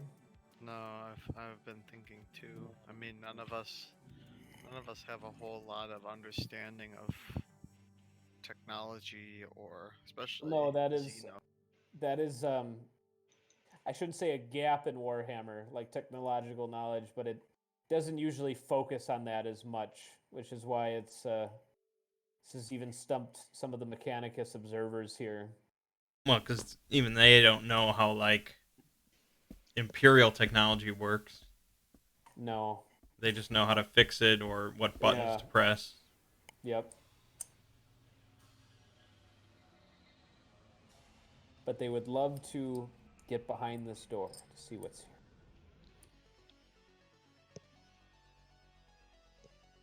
Take my chainsword to it. I mean, All it's worth collecting data to see what could happen. Doesn't fuck up my chainsword, sure. I don't know how hard this door is. You know, in The Hobbit where Thorin says, what does he say? I cannot guarantee your chainsword's safety. Yeah, I know. Nor will I be responsible for its fate. That's I all know. I can say to that. Okay. I mean, it probably feels like a pretty sturdy door. Oh yeah, it's an impressive feat of architecture. Just looking at it, like it perfectly kind of utilized the natural rock here. So you can imagine it's sturdy just by glancing at it. Yeah, we really don't have the tools. Yeah, like welding. Yeah. Boring. There you go. Boring. Boring. I mean, I'd say I'd shoot my laser rifle to see how it reacts. I fear that might make things worse. Well, clearly, just standing here, looking at it's not getting it to open. So you might have to turn to that in your desperation if you don't. Mm-hmm. So that symbol, is it like engraved? Like it Yes. built in? Yes. It is in the center of the door. Can you create a telekinetic object of shape? I only know how to teleport. He switched his psychic power to teleportation, and he can't teleport through to the other side because he has no knowledge of what is beyond there. Unless we could bore a keyhole. That's true. Ooh. Pump your laser rifle into a hole. Yeah. Do it. Discharge all of your ammo. Yep. Just burst. What's There you the go. material of this store? What'd you say, Thomas? What's the material of the Oh, door? like a type of granite composite material. It's quite sturdy.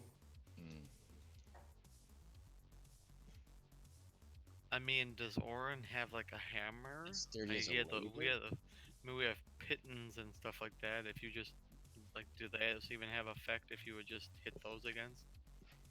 He's got his like wrist extension that pierces through pretty well. I might ask him to see how that affects the door. If he could take them all. You want me to puncture the door? Yes. It would please me. He says, I am embarrassed to say I did not think of such a simplistic way of gaining entry. To think that my own modifications could delve through such material. And he stands up, kind of squares up with it, and you see him point his arm right towards it, and his extension comes out, and he starts kind of thrusting, punching at the door, and over time, probably about 2 minutes of this, You see he is sweating profusely. There's like a little bit of oil like running down his sleeve from like where his wrist extension has been stabbing. And he's delved about 5 centimeters into the door from that. So he's definitely made some progress, but the exertion is definitely growing too much for him where he's gonna like collapse if he keeps going at it at this rate. Well, it's clearly like clearly you can make grooves into it. It is not like start bursting. Yeah, let's just shoot at it. all right. Got a little hole there. I have 9 bullets left in mine. I think burst uses up 3.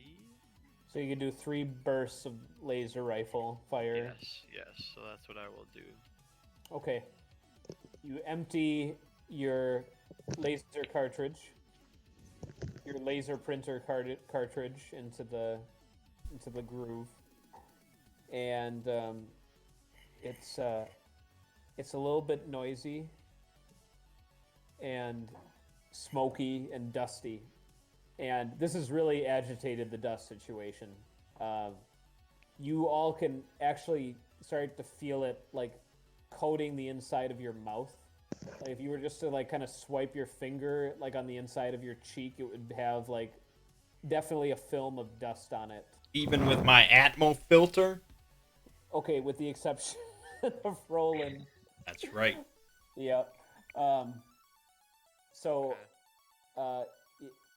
it's getting to the point now where you start coughing a little bit, but it's still not like incapacitating you or anything like that. But it's a bit worrisome. I will stop after that. Okay, yeah, and it takes a moment for the smoke to clear for you to see the results of your shooting. But yes, this, especially with the way kind of paid for you by your companion,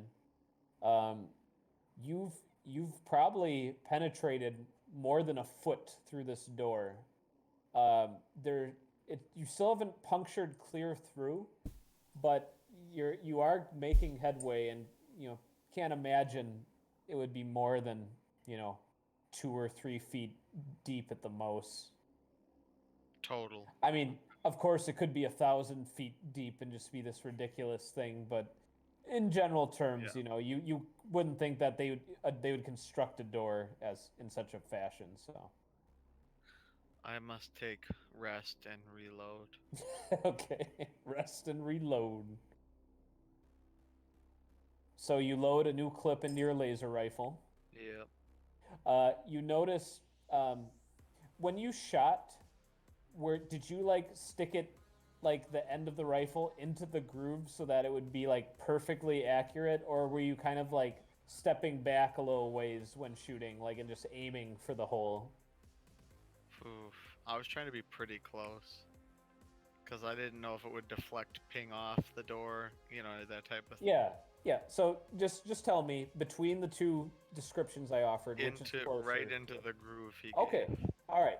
Good, because if you were to give me the second answer, you would not have made quite as much progress. I would have retconned it to like 9 inches or something like that. But you do notice that the end of your laser rifle, it's as if like the gun shaft itself suffered a little bit of heat damage from being like crammed into there while it was firing. It's still functional, but you're wary of the effects of continued shooting it into that little thing would have on it. So okay, I will likely stop doing that. Okay, but didn't you just reload it for more action? I was more hinting at possibly Magnus giving an attempt at it. You gotta fuck up your gun now. But if he's willing to, then maybe that'll be enough.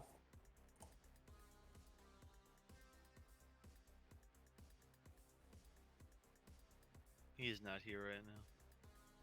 We caught him again. I got up to do something. Something more interesting. Boring. Oh my I'm god. Putting just, my I'm just over here boring a door, and he's just like, "This is boring." I was just putting my plate away and getting some water. That's cool. So basically, you've been asked if you're willing to put in a shift of shooting into the gap. I could, although I have a it doesn't shoot lasers. I can try shooting it. It's I have to look it up. Is it a slug Like- thrower? Mag rifle. Okay, so that's just a really fast bullet, Yeah, which metal fletchets. yeah. Right. I might as well just try shooting some in there. Okay. How much? I've got 4 left in this clip, so I can shoot those 4. Okay. So you pop off 4 times into the hole. What seems to be the impact? Okay. After the second time you squeeze the trigger, there's like basically the barrel of your gun like explodes, and there's like all this shrapnel shooting back out from the little hole. Let's see. I should have stayed washing dishes.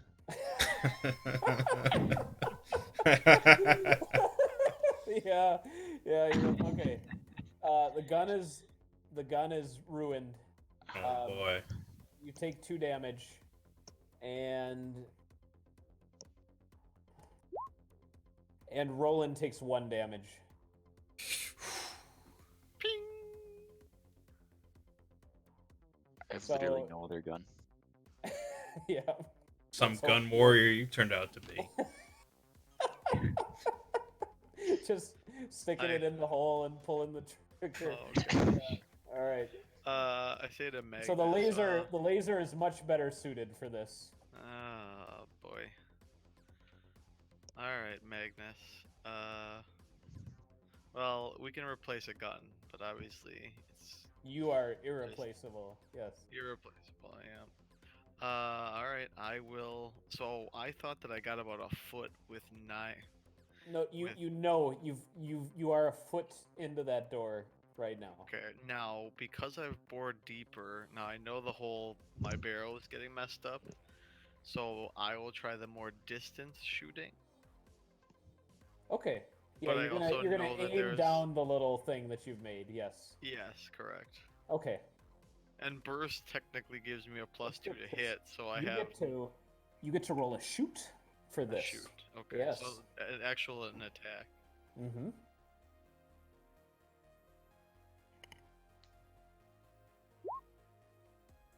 Wow. For no For reason. no reason. Why didn't you go Exactly. get up to do something? Wait, what? Alright. Wash dishes. Was that a like was that a shoot? Oh, That's was that a that's skill D20 roll or an attack roll? Why does it say 7 for no reason? because there truly is no What reason was, why was you a just D? rolled. Oh no, wait. Was it a It's D20 2D. roll? No, it's 2d6. Oh, How does it know oops, there's that's- no reason? That's why I screwed It knows. It it's knows. smarter than you give it credit Yeah. for. All right, and that's There a you go. +1. It's a +1, so 7. You guys just imagine like he's aiming for this little hole, and then just like starts turning around, shooting like wildly into the camera, like, shooting at you guys, shooting everywhere but the no. No, you're aiming at a pretty small target, and you've had a lot of time to line up, and it's as I described to you earlier. It is effective, but less effective than what you were doing. But perhaps you're saving your gun from breaking down, or the tip of it just melting away from just that heat in Right. that tunnel. So, how many shots? That was a burst. Yeah, that was a. I mean, do you want me to do roll for each burst? I'd say I'd do another 3. Oh yeah, give me all 3. So 6, a 7, a 10, and a 7. Okay. That's your second clip? It's in my. I have 20 bullets, so I had 9 left Oh, from the first. I So see. I'm down to 11. Yeah, so you're halfway through your second clip. Mm-hmm. Okay. With that last shot,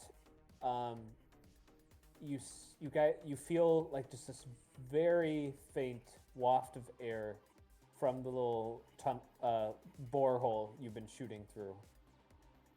Okay. Once the dust and everything, I also was doing it so the dust wasn't like right in my face as much, I imagine. So it was a double protecting my gun and myself. So once kind of it seems to clear, I tell Roland to take a look because he's got the Atmo filter anyway, and he can see with his goggles on better than I can. Oh yeah. I am incredible.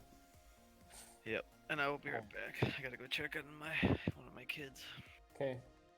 Roland, you Just one of them. put your Sam Fisher eye up to that little crack. Yeah. Okay. Yes, there is a chamber on the other side of this door, and you can see into it now. It's still now. The thing is, like, even though you can see with reasonable light, Yeah. you're still seeing through such a small opening that even if there was like some, fucking like monolith or terminal or something, that you wouldn't really be able to make sense of it from where you're looking through. It's so small. And you're not able to put your eye right up to it. You're looking at it through this another little tunnel. But Okay. you do have line of sight into the room itself. I'm going to. And as far as you can tell, there should be like a floor in there. It shouldn't just be like dropping into nothing. Yeah. I'm going to ignite a thermal flare. Okay. And then I will teleport in. Okay.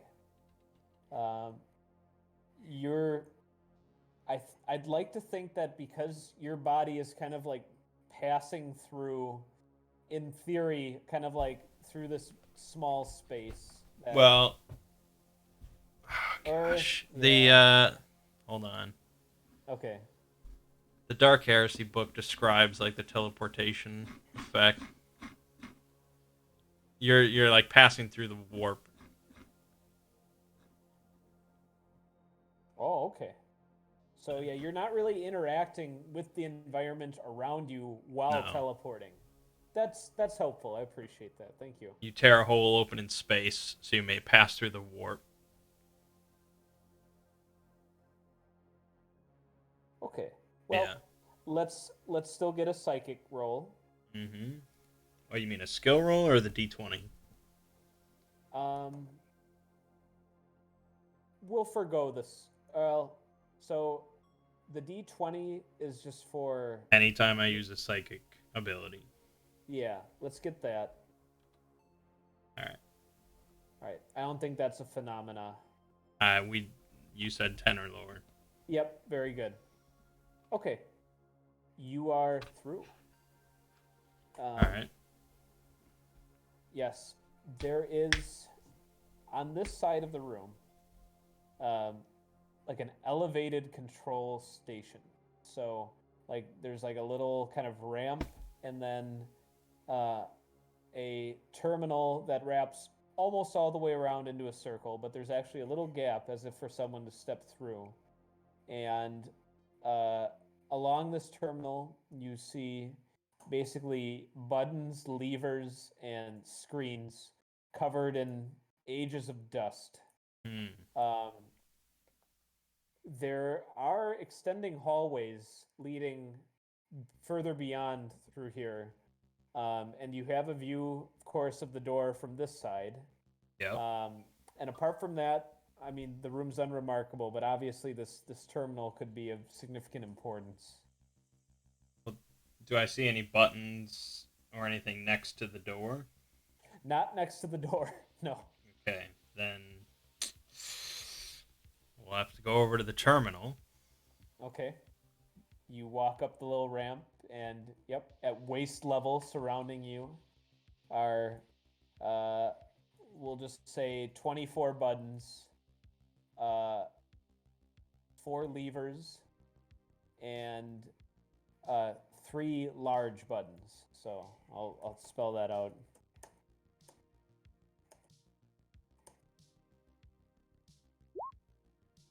There you go. Those are your options. All right, let's hit the first large button. Okay. By first, you mean if you stepped onto the little area, the Are they- furthest to the left? Yeah, we'll go left to right. Okay. There's a hissing sound, and again, more dust is discharged, but remarkably, the large door in front of you slides upward into a recess above the archway, opening the way for the others to come through.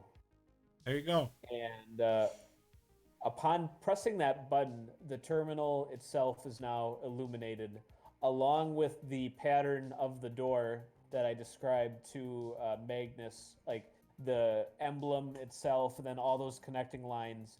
That all is now illuminated in a bright greenish color. Okay. Well, I'm not pressing any more buttons. Yes.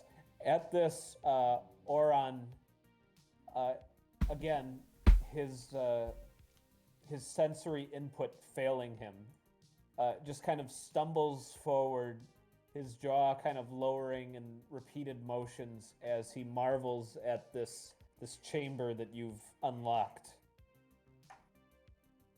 Yes, you've done it. This will take some time to process, but he immediately kind of approaches the terminal. You see his eyes are just scanning all the different things, and he says, this is surely a great access station, great conduit for unlocking this planet's power. I must bring senior researchers back here, of course. The Thardams himself will likely wish to descend. Is this a product of mankind?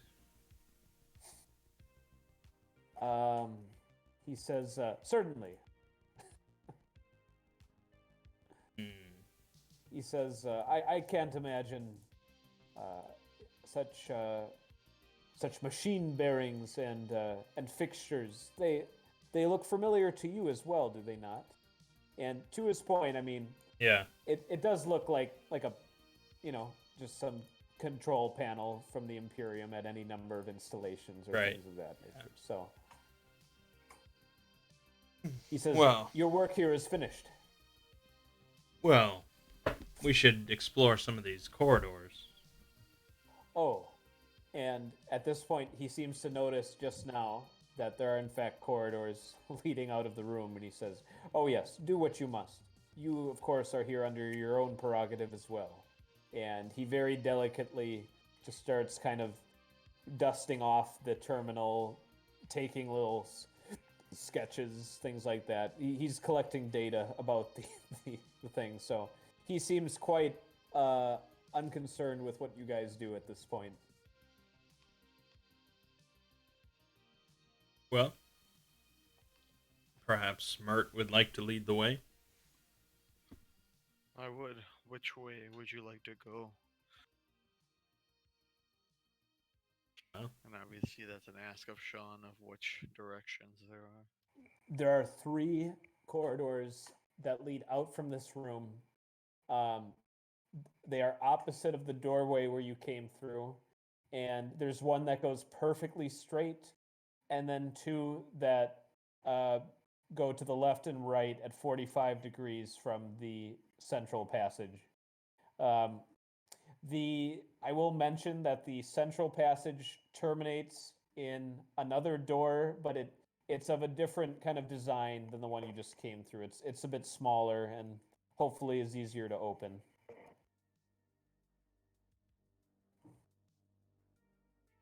So you've got 3 choices right now. Which way you think, Roland? Well, we're gonna go down all of them, so your choice. Alright. I guess we'll go So is it kind of left, center, and right? Yes. We'll go left first. Yeah.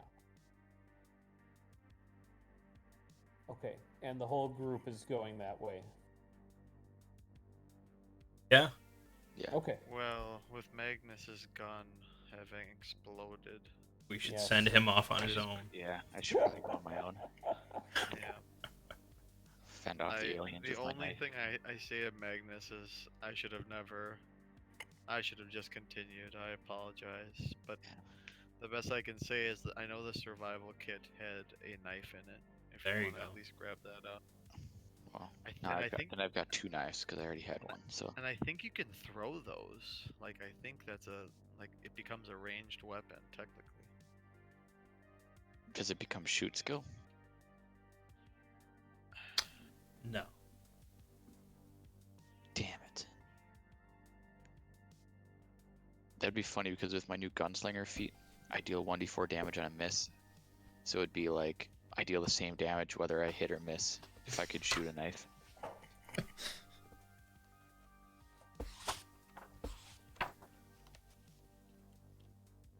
Okay. All right. Yeah, I Um, will go left. All right.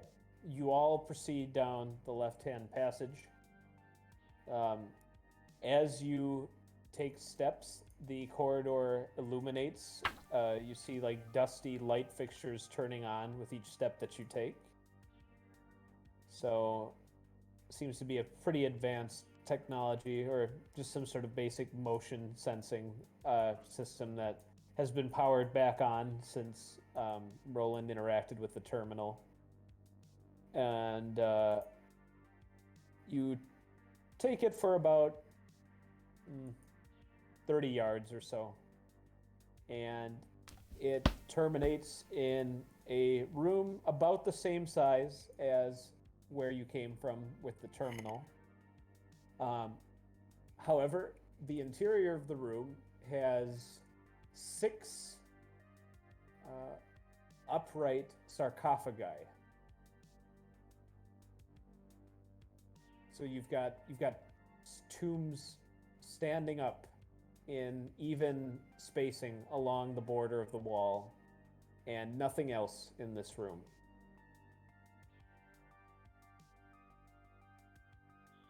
I don't like this. Alright. I don't like this much. This room makes me nervous.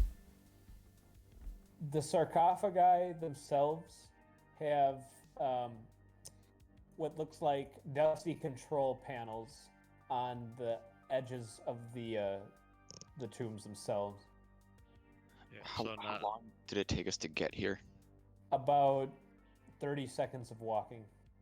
so very But here from like the town. Oh, well, it was about, let's see, 45 minutes of driving in the Rover, and then about an hour and 15 minutes from descending down to the door. So, yeah, probably about 2 hours or so from town.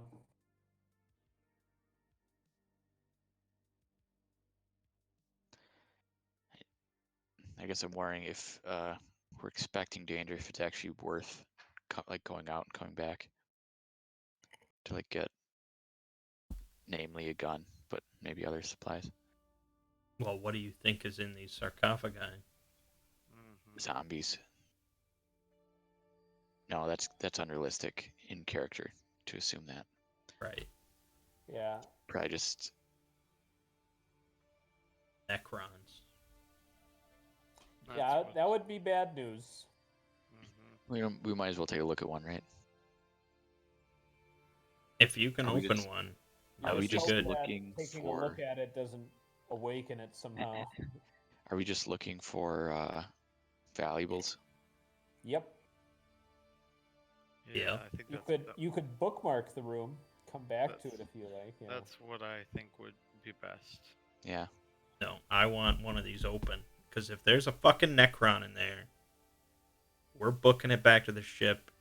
I'm calling up Ovum somehow. And we're ordering Bring in- Exterminatus. Bring in the Death Fleet. You don't fuck around with Necrons. Then, Roland, I think you must open one.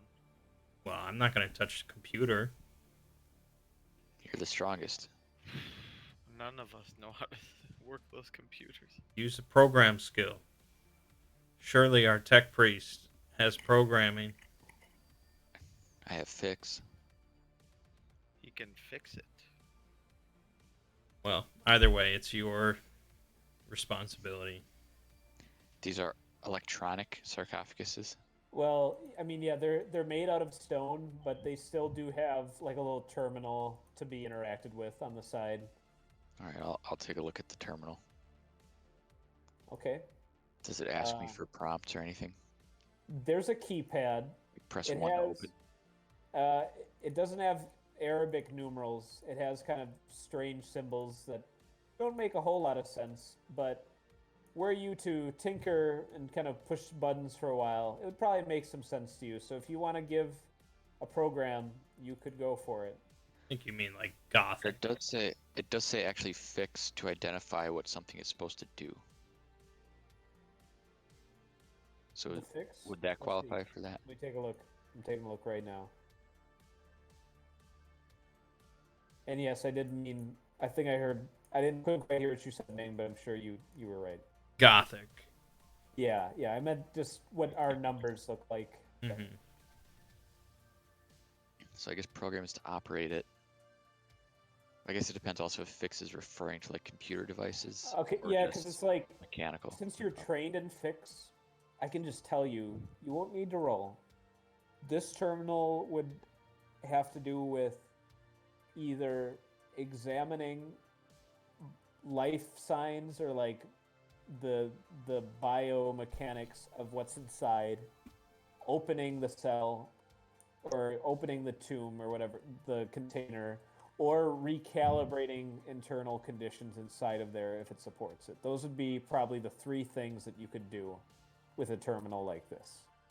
All right. So if I want to examine the contents or the life, Yep, you would need to that would be a program to use it. Yes. can program even be used untrained? Oh, of course, anything can be used untrained. All right. I'll try it. And yeah, I'll lower. Well, let's just see what you get.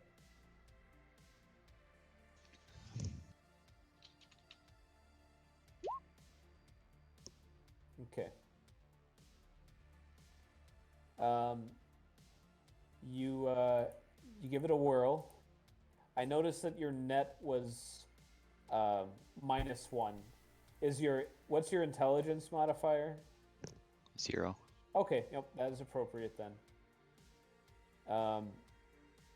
You push some buttons. It's non-responsive for a while. Then you do get a reaction, so you're starting to notice a trend in what the different symbols mean. It starts. You see, there's like kind of dotted lights that surround the sarcophagus that start flashing.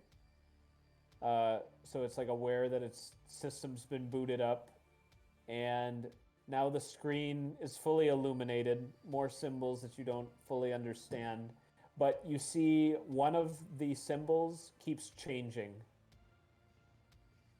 and it's like a unique symbol each time.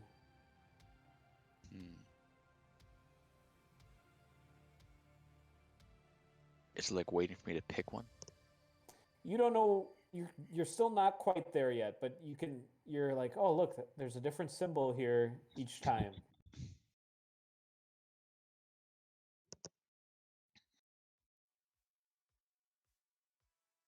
Good.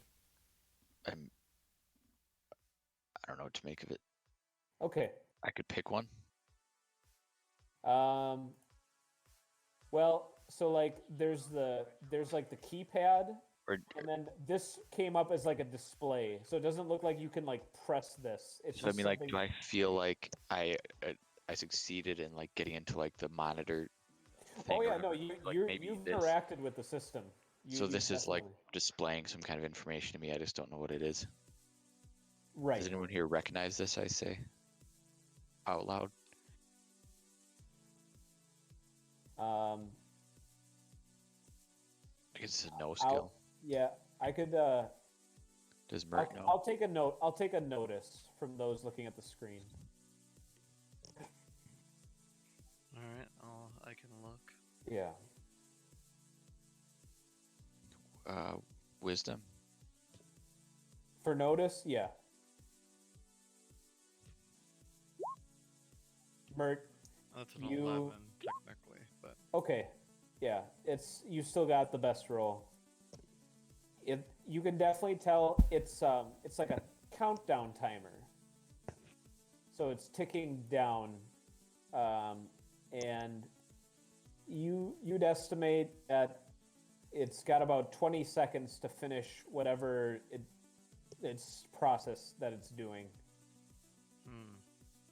I guess for our technology time, I would imagine it's some sort of like coming out of cryo type of idea. So something's gonna emerge out of this, and I don't have anything to shoot it with. Well, Correct. I mean, if it's, I don't know, if it's some sort of cryogenically frozen human, then we'll just talk to it. If it's a I would Necron, we're recommend running. standing back. I would say Magnus, step behind us. All right. I mean, I guess we just back up and wait. Hold on. Should we use like rope? Like put it. Should we like block the sarcophagus with anything? Like. Well, no, Should we I mean, hide? Maybe we should hide. it's just one Necron. They're not gonna pop out armed. Yeah, I don't think he has his Alright. Gauss rifle in there with him, but yeah, it'd be pretty So- crazy. Alright, well, I will definitely we'll all step back, and I definitely will have my rifle trained Okay. at the sarcophagus. Mert, your countdown was impeccable. Right on cue. The coloration of the lights that kind of trace the outline of the tomb changed to a different color. You've been feeling like a residual warmth towards the end of the countdown coming from it. So yes, the idea that there is like a wake-up process or something of the sort seems correct. And there's like a jets of air shooting out of it now as the pressurized container begins to open. And kind of very slowly stooping out of the container, you see a very tall, chromatic figure. Looks a lot like a skeleton. Kind of like a Terminator is a good way of describing it. An Egyptian-style Terminator. And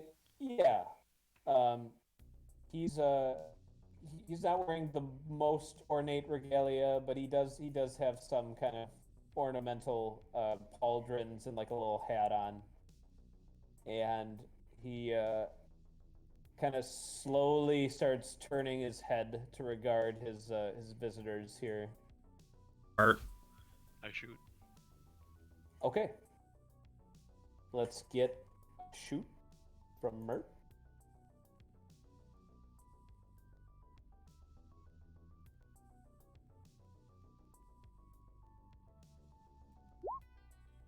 Oh my gosh.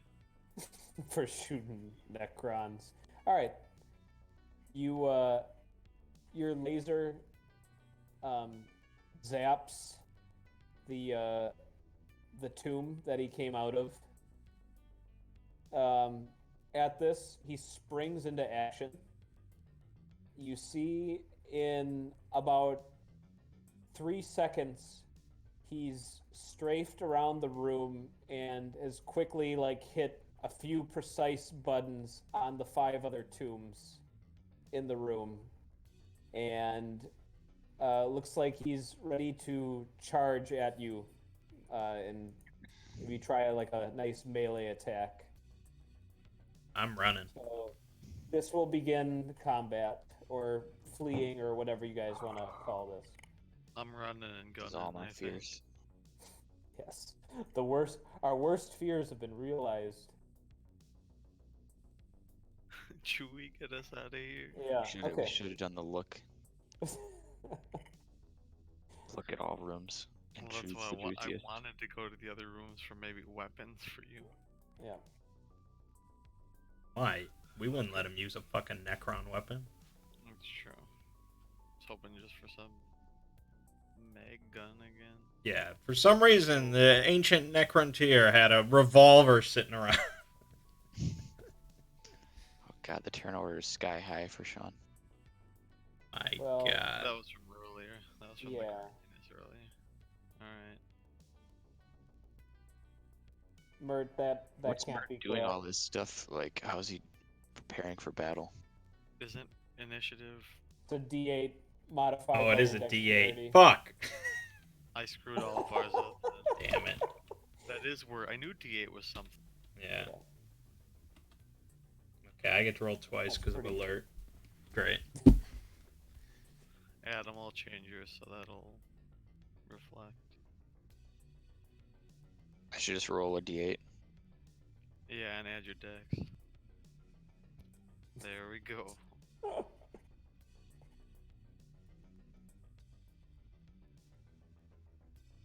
Jesus.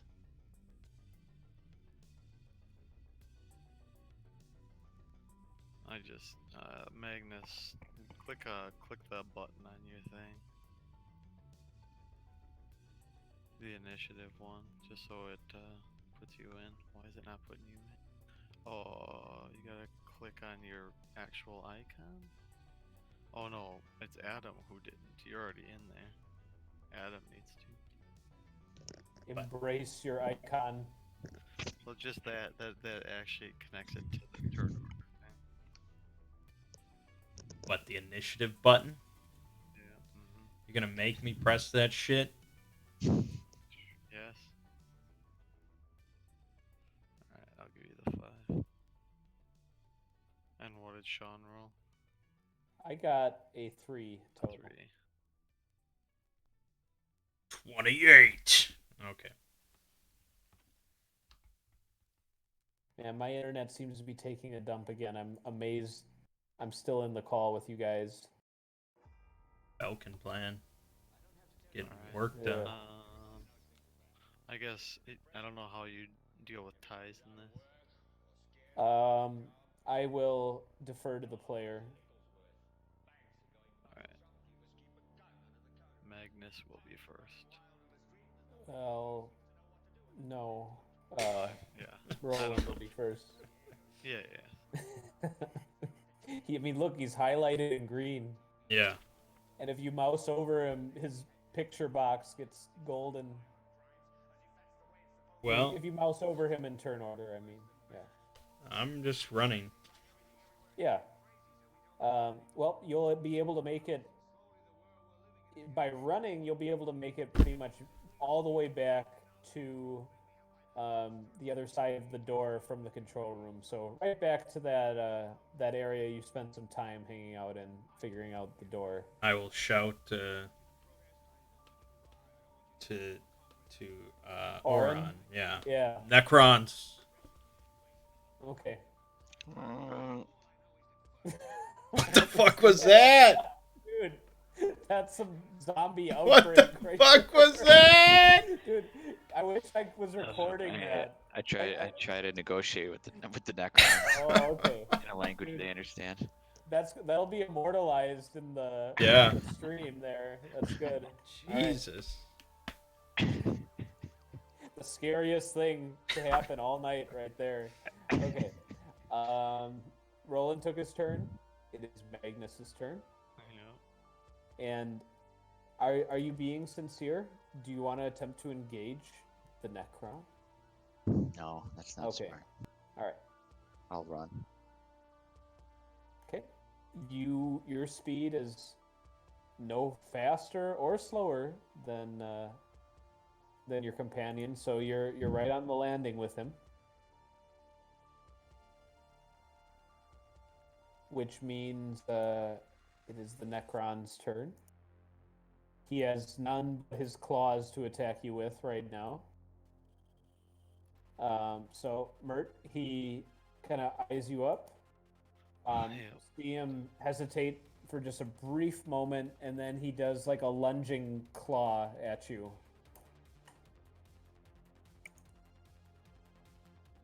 What's your armor class, Mert? 14. All right.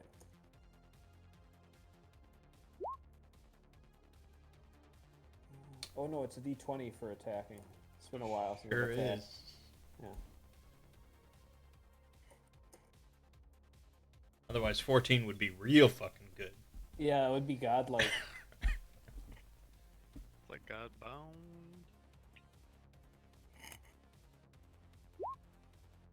All right. It hits.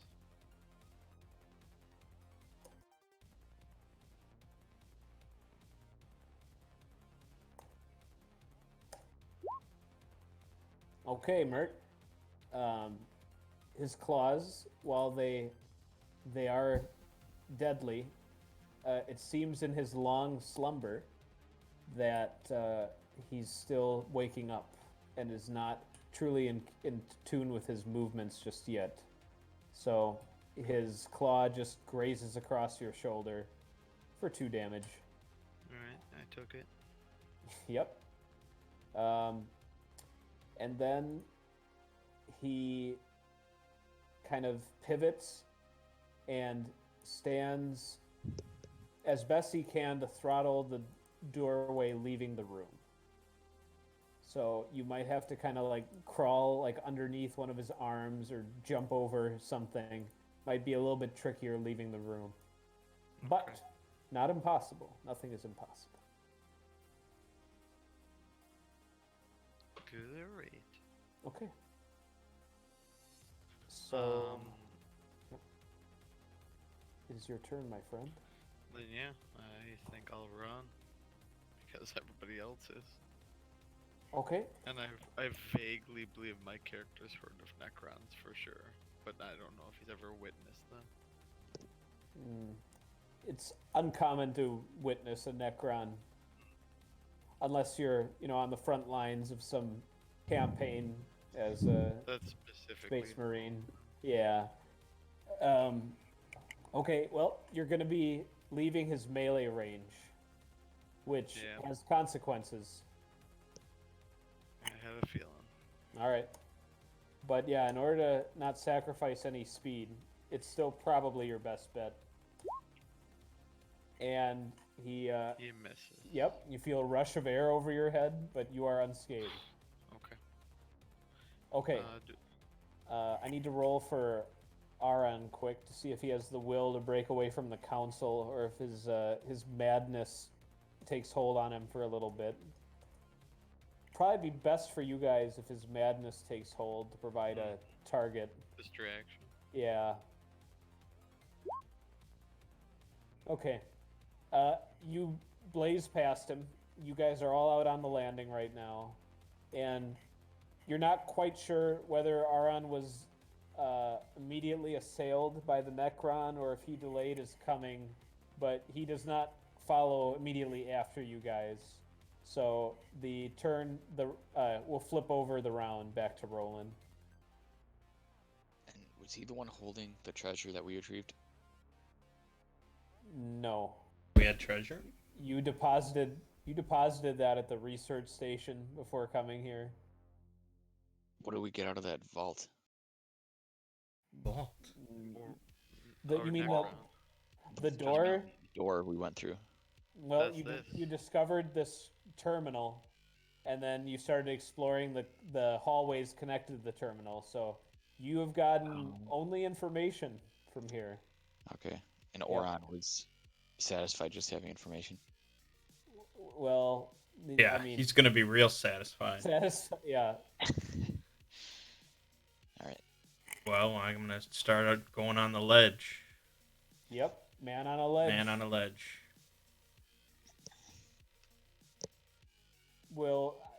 Can I assume that's the plan for all of you? I believe Yeah. so. Yeah. All right, then we'll expedite this and get the round of exertions. Okay. I believe we'll still do it in turn order, right? Yeah.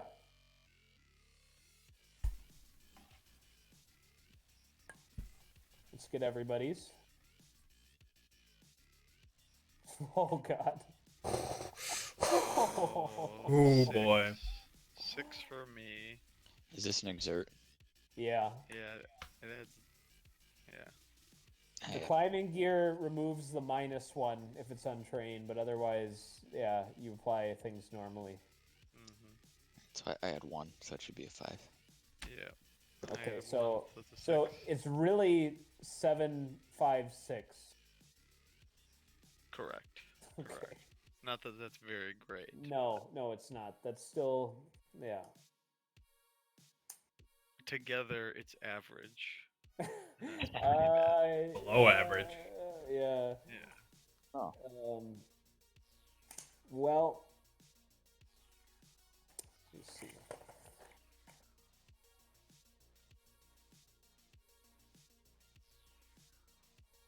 All 3 of you fall into the darkness. My God. I will teleport. Okay. We're what's the limits of your teleportation? Distance? Correct. 100 meters. So you can teleport to the other side. That's, you said 1,000 feet. Oh, let's see. Maybe you had made it a bit further. Yeah, you might be pushing it a little bit, but you could feasibly make it to the other side. Okay, sure. Okay. Is that after scooping us all up? No. Alright. I don't think he's going to be able to do that. None of us. All that. Yep. I would have done it if well- I hadn't fallen. Yeah. But So we're going to get a guaranteed anomaly here. You can just roll on the table. okay. That's the consequence. That's a bad one. I hope so. It's fun. There's still that stench in the air. I mean, What's that smell like? Yeah. okay, so I get a peril of the warp, so I get to roll on the worst secondary table. Oh, Alright. it's a good one though. There's an explosion of power, and the Psyker is thrown 3d10 meters into the air, plummeting to the ground moments later. Oh God, that's terrible. That's on you, dog. Are you gonna start falling back into the abyss? No, he's gonna get pinballed. So Okay. 10 meters into the air. Okay. It's not terribly high. You can't chain teleports, can you? I mean, I have the upgrade where it's only a move action. No, but yeah, that's still 6 seconds. Yeah. So, okay. Alright, you're gonna take 4 damage from that. Alright. It's enough But- to stay alive. Yeah, you're on the ledge. And you made it across the chasm. You guys are falling into sheer darkness. Glow bug turns on. Just this bright spear flying into the void. That's great. Well, we Yeah, do do you have- guys have any recourse or things We you would do try to have- do during this time? We do have in our survival kit like pinions. I know they're not as good as his claw grapple thing, but I would try to. Was there wall somewhere, anywhere? Like Well, if we it's- missed badly, the wall behind us, like where we jumped from. I mean, that's really our only hope. Is hoping we can like latch onto a wall or something.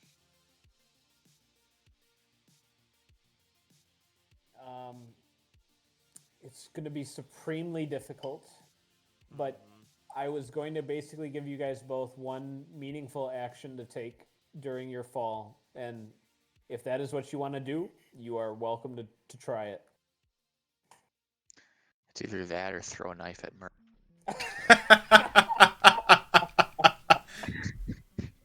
That's how you Might get as well. you get points from that. So, okay. Yeah, I mean that's the best chance I get, especially because All right. technically, You guys gotten any? You're gonna try to jam a pinion while falling. Well, I mean, you'd how probably, far have if it even stuck in, you'd probably rip your arm out of your socket. Well, how far have we fallen? You know what I'm saying? Like, Is it better than just raw handing it, like just grabbing in the dark? I Yeah. mean, there were footholds and things like that at times. I'm saying, like, do you imagine if we screwed this up? What were we trying to do here? You know what I'm saying? Explain the scene, like, any of us. What do you mean? What were Like- you trying to do? How were you going across? There's Well, there's just a climb thin back to ledge. your wall. Yeah. Yeah. Say it again. Sean cut you off by saying, Basically, you're traced along the wall of a large cavernous room with this just this chasm of darkness. So the same way you guys came over when you got down here. So there's a whole lot of air in this room, and you guys found. Yep. So what I'm saying is, if 6 seconds of falling, that's not a lot of momentum picked up yet. yeah, I mean, it's you can say what you want. I have what I've established here, but I understand where you're coming from. Well, Or like you got to do something. opinion in each arm, both of us, and you just try to just to like hang there for a moment at least. Yeah. we I mean, know all what they're you gonna do is can just do at try to least.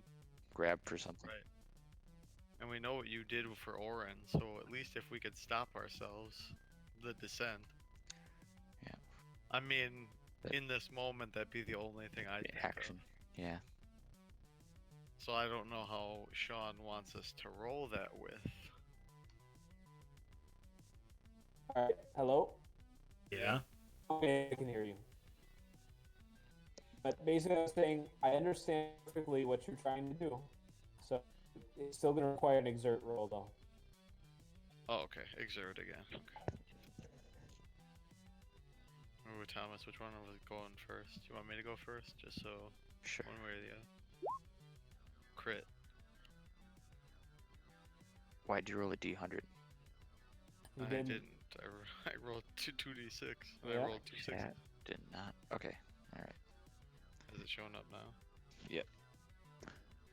Like this, Magnus.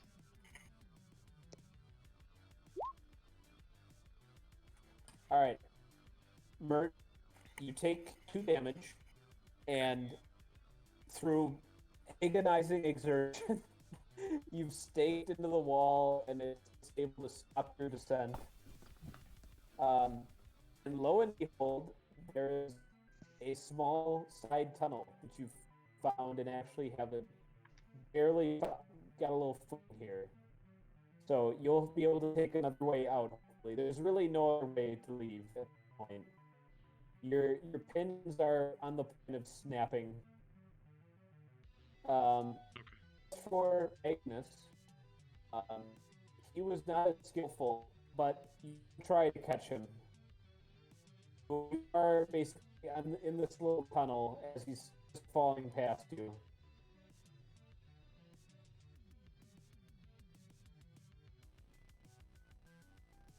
Okay.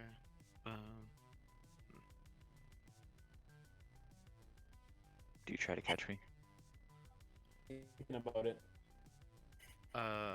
Tempting to Yeah. betray. No.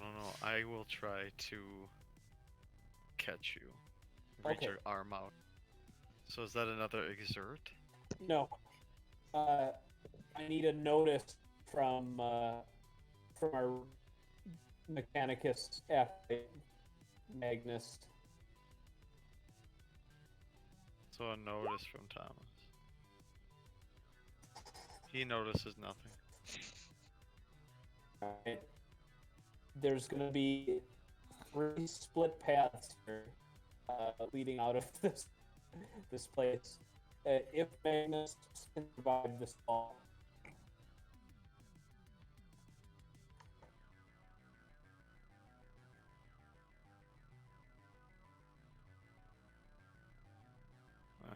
I think we've lost Sean mostly. So robotic. He dissolved. Just type Ziggy. Type. And I only have 10 more minutes. I have to go in 10 minutes. Good cliffhanger ending. But yeah, I don't know if I understood everything he. Yes, I think that's better.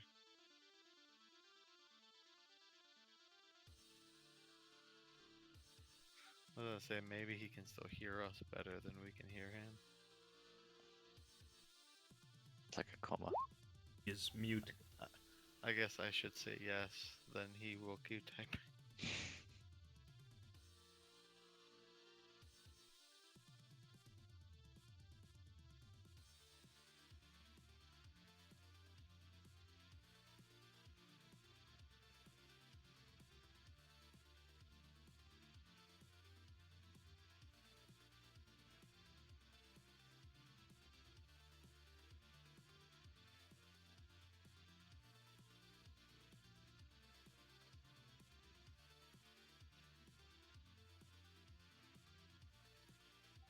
So how about all that sports going on?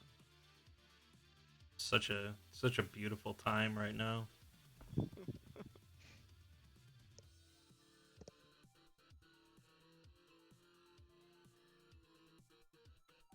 You know the best part is when that thing emerged and you said Necrons. I was typing. I put in Necrons just as Sean explained what came out and was explaining the thing, and the first thing I see is that symbol. Yeah, I was I like- mean, Yeah. if we had done this 6 months ago, I probably would have recognized it, but Yeah. a lot of knowledge has left my head. One of our Oh. characters should have tried to know. Yeah, I think I put points into no. Yeah, I did, which I go to 0. I think that's what I was Good trying to go job. for, but This is all a series of miscalculations. yeah. It's usually how Rogue Trader campaigns go, I think.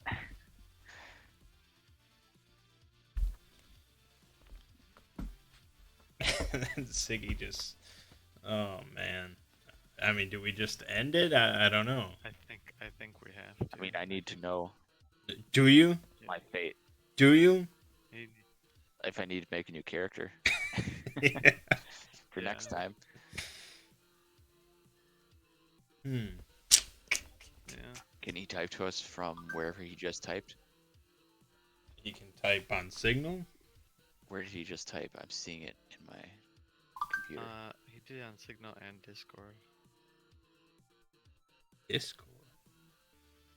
Yeah, Discord's where he's typing also. He didn't say anything on Discord. I think he's typing to me and Oh, I see. I have that Oh, he's muted typing for to some me. reason. well, he put it into the Call of Cthulhu thing.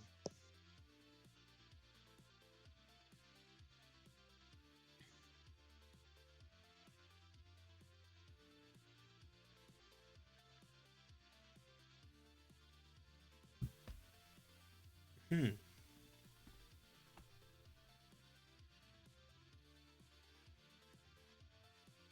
I mean, I know Roll20 sometimes gets like bogged by too many people playing, But but it's not affecting any of us except for Sean. and we're not doing voice through Roll20, so Right. Well, and Athena was having those issues, so yeah, it must just be their neighborhood's internet.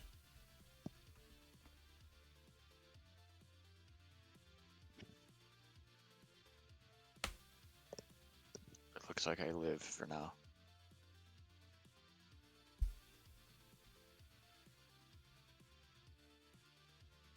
okay. So you are definitely hurting. How much health you got? 4. Well, you're fine. We were down to 1 and 2 by the end. I'll of just our- beat off those Necrons with my knife. You know it does 1 damage to 15 AC. Do you think they have that much? They're just bones. They're not bone, it's all metal. Oh my They're god. robots. Oh my god. They're pretty terrifying. That's why I'm trying to Yeah, they're- book the fuck out of here. If I had my 2d8 plus 3 mag rifle, Yeah, that would be Probably better. could've We could have probably Hello? taken one. Hey, Sean. Hey, yeah, it's like if you had like if you all had rifles trained at it, and, like naked one coming out of a tomb, it's like you could maybe get them, but it deteriorated. So anyway, you guys are all alive still. Um, you've So got three kind of separate paths out of here, but potentially you could all rendezvous and still salvage the situation. So is Thomas and me and Meng in all different little caverns? yeah, he's he's all. You got Roland on the main path. You're in that side tunnel about a third of the way down that drop, and Magnus fell all the way to the depths, but survived. Is that where I started from? No. Why would So you? we were. I feel like we were climbing out, right? Well, no. Before you More climbed, across. you had to climb across. Correct. So I've Yeah. never been down this far. No, no. There are untold horrors down there, but Alright. you got this. So we'll resume next week. I might resolve a little bit via signal here and there. I just have a few decisions to make of where the story carries forward from here. But good stuff. Sounds good. All right. I'm going to award 2 XP right now for the session, but depending on, I could see very easily like 4 to 6 XP from next session based on where things go. So take heart. Take heart. Well, and it's not like we would technically be able to level much up down No, here in the 3 cave. 3 XP wouldn't level you guys up to 3 anyway. So Wouldn't it? yeah, And no, that's exactly what it does. Yeah. it's weird. 3 for. I thought the metric increases each time, or is it always 3 XP in between each level? I'm gonna consult quick.